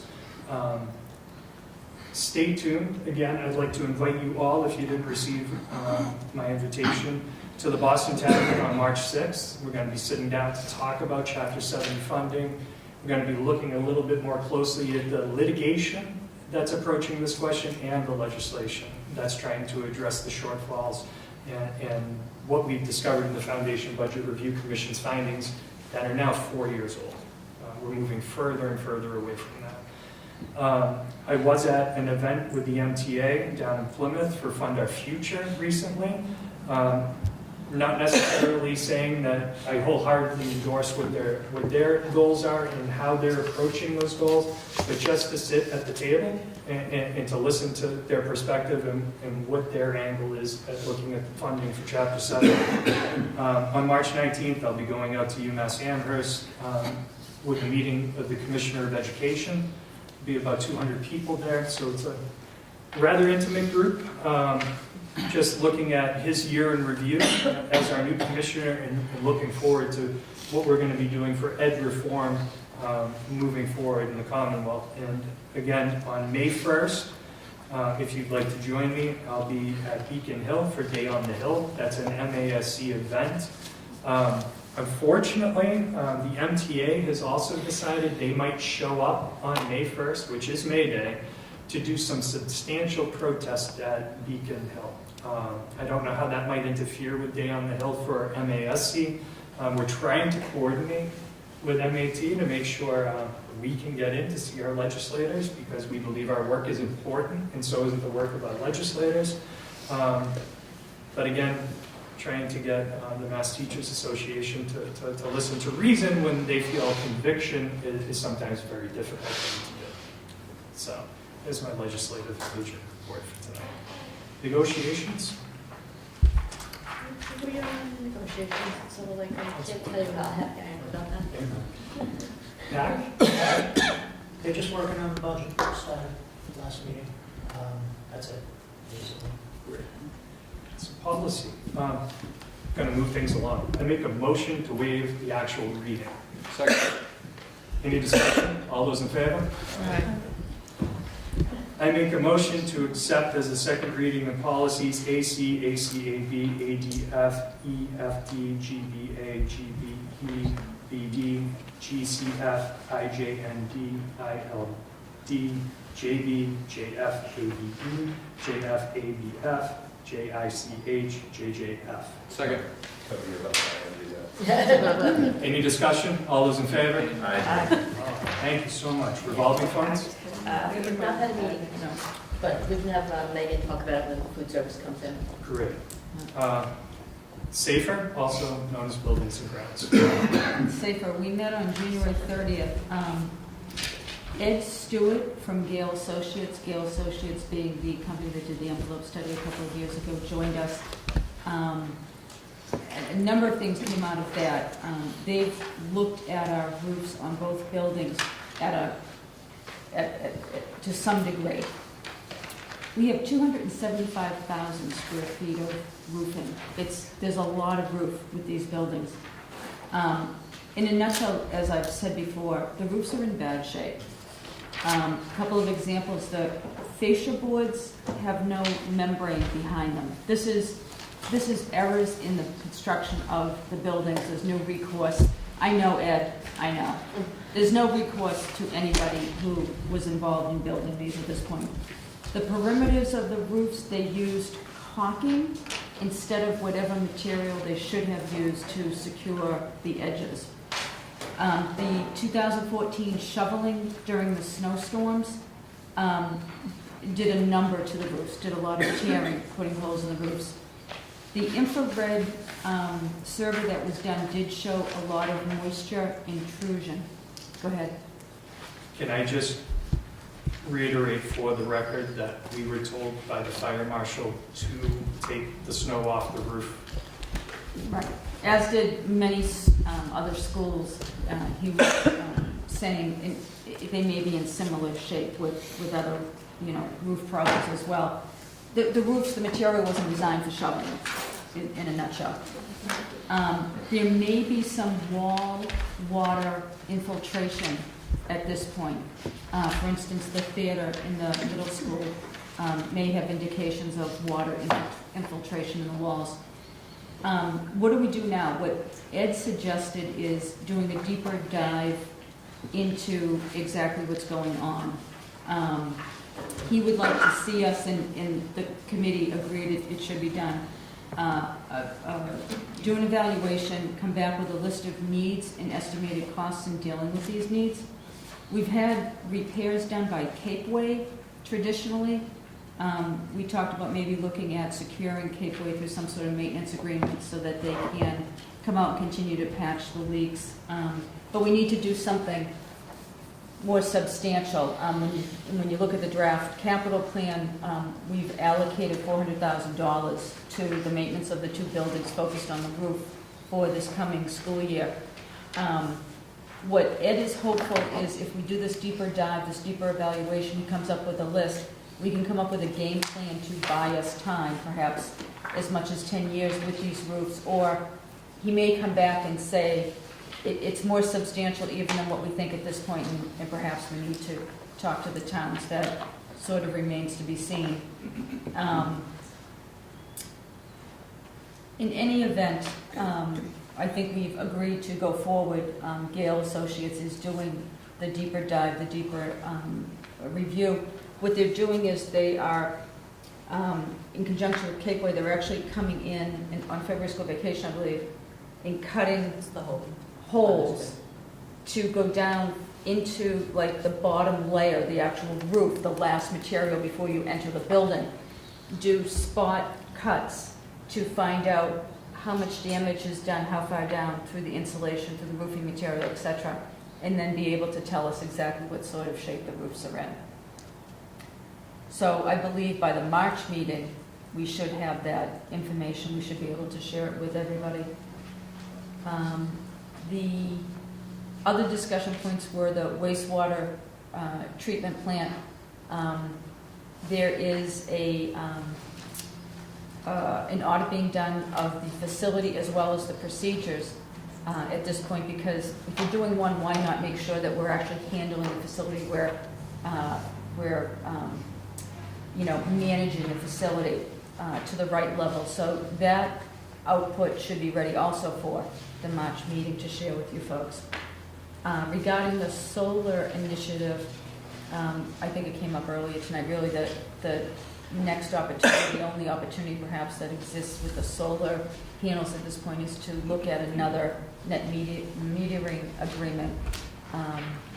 that's what the revenue potential is for us, not putting up solar panels ourselves around our buildings and certainly not on the roofs. Go ahead. Although if we have to replace them, we ought to look at that. Just layering the whole roof with them. Joy, I don't know if you want to augment, or anybody else who was at that meeting, add anything. That was fantastic. The other thing I do want to say is that the hope is that we'll have them for March. I don't want to make any guarantees, but that's what we're working towards. Gail, we actually got an email from them today. They're struggling a little bit to make sure the roofs are clear and dry. Snow's removed before they can do that. So the hope is still there, but we may or may not have an actual report to report on. So I just don't want people to be disappointed. Okay, good point. Thank you. I did hear on the news today about a school where a seagull dropped a seashell onto the roof, and it caused so much damage to the roof that they've had to shut down the school until February vacation to fix the roof. So how can that really? Somewhere in Massachusetts, yeah. Wareham, the seagulls Was it Wareham? dropped quahog shells to Right. try to break them, and it went down and caused, the pitch was like a 6-inch hole. So it could and be the water worse. went through. Oh my God. Wow. Blame it on the seagulls. Right. You're like, should be shooing it. Wow. It's like air I really guns. wish I had said that with the luck we've had. Wow. The last thing I wanted to mention is you have a copy of the draft capital plan for this coming school year. A couple of things there. The committee's been very sensitive to try and make sure that it's very transparent, that it accurately reflects what the funds are used for. For instance, if it's not funding the entire project, but just kicking off an evaluation, et cetera, we try to clean up some of the language there. The administration building, you'll notice we've listed as unfunded. That's done completely intentionally because it is something that's going to have to be dealt with by this district at some point. And we can keep unfunding it, but it doesn't even meet current code. It does need to be dealt with at some point. We can talk more about this in the next meeting. I know it's late. Again, the bulk of the funds we're looking to allocate to the two buildings, again, focused on the roofs.